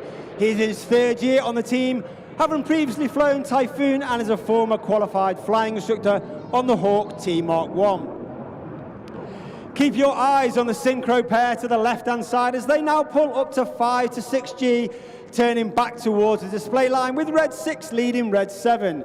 Red 6, the synchro lead, is squadron leader Gregor Ogston, in his 4th year on the team, having previously flown Typhoon and Harrier, as well as being a former qualified flying instructor on the Hawk T Mark 2. The blue comes on, he turns hard left, look to your front right 45, and you can see Enid now in the inverted V shape. Red 6 lining the synchro pair up with the rest of the formation. Get your cameras ready for the double goose.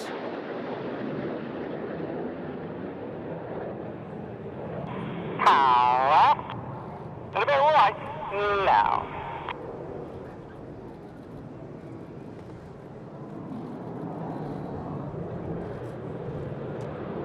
Each aircraft is fitted with a smoke pod.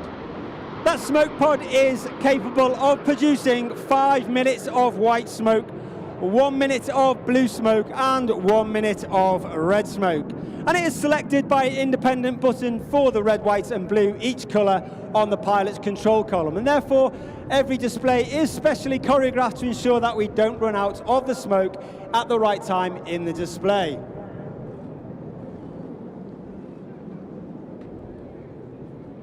Look directly to your front and you can see the synchro pair pulling up towards us. Get your cameras ready for the crowd favourite as the synchro pair split. The red smoke comes on for the synchro heart. Red 7 JT would like to dedicate today's heart to his parents-in-law, Tim and Sarah Lyle. And I would also like to dedicate today's heart to my old friend and his family, Guy and Lisa Evans, and their sons, Alfie and Fred. However, please put your hands together for the synchro pair for producing a massive and wonderful, beautiful heart in the skies of Eastbourne.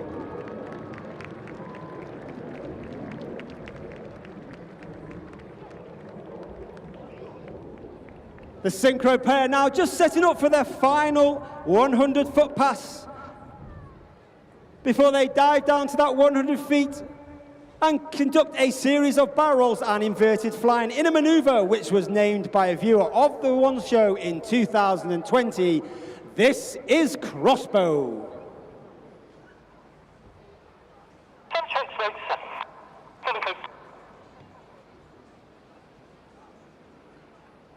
Go! Go!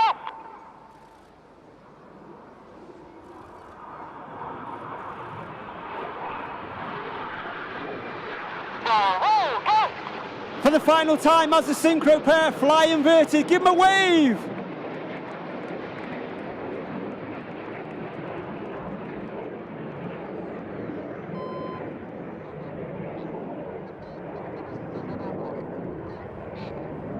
Look directly to your front and you can see Enid returning with the white smoke on.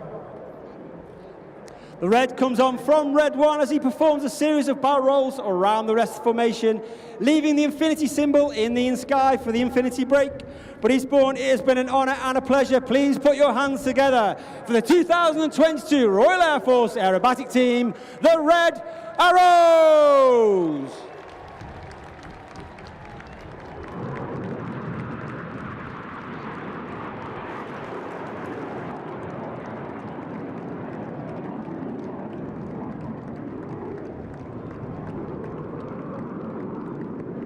Red 1 puts his white smoke on as he gathers the rest of the formation to take them back to Southend. Now we are operating to Southend for the rest of this weekend.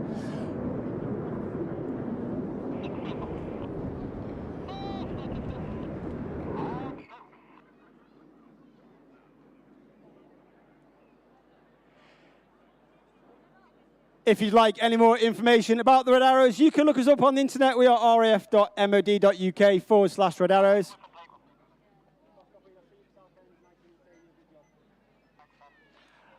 And you can also look us up on Twitter and Facebook at RAF Red Arrows. But finally, from behalf of the Royal Air Force and the Red Arrows, I'd like to thank you for coming out today and your support. Please, I hope you've had a great day. Please take careful driving home. I hope to see you again, but thanks very much. Goodbye. And put your hands together for Squadron Leader Graham Muscat. What a terrific job he's doing, bouncing around the country every day, sometimes 2-3 times a day, in and out of his choppers, getting the team underway. Fantastic stuff indeed.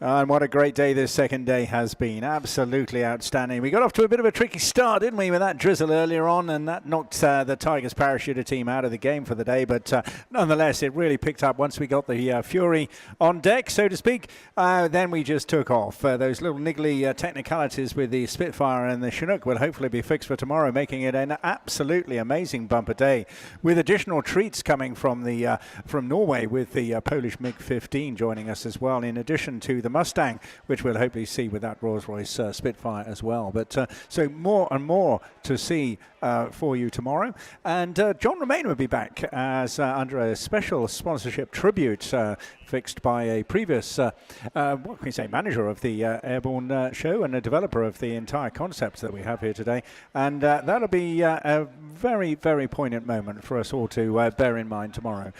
So let's see you all back, but don't rush away this evening. Plenty to do. The first and most important thing to do is to pop a few pounds into the donation buckets to help us keep this show on the road for a next decade or two. All your help is needed alongside all those really important sponsors. Far too many to mention right now, but thank you all so much. But top of the list, of course, is Posturite, Eastbourne BID, Eastbourne Chamber of Commerce, Boundless here too, and the Eastbourne Hospitality Association, who've done a brilliant job in making way, putting up and finding rooms for all the crews participating in the air display here today. Security-wise, make sure, please, you've got all your belongings with you. We don't want any unnecessary security alerts during the course of the evening. Don't forget the kids. And also, please either take home your rubbish sensibly with you or dispose of it using the facilities available here and sponsored. And if you're sticking around, lots of cafes, restaurants just willing and waiting to entertain you this evening. And if you want to sit down and be entertained a little bit more, then check out Around the World in 80 Days at the Devonshire Park Theatre. Enjoy yourselves. It's been a great day. Thanks very much for joining me as well. I hope you put up with all the idle gossip and chit-chat and enjoyed yourselves. Right now, time for me to ensure you all tune into 87.7, and I'm going to hand over to my chums at Radio Airborne. Good night.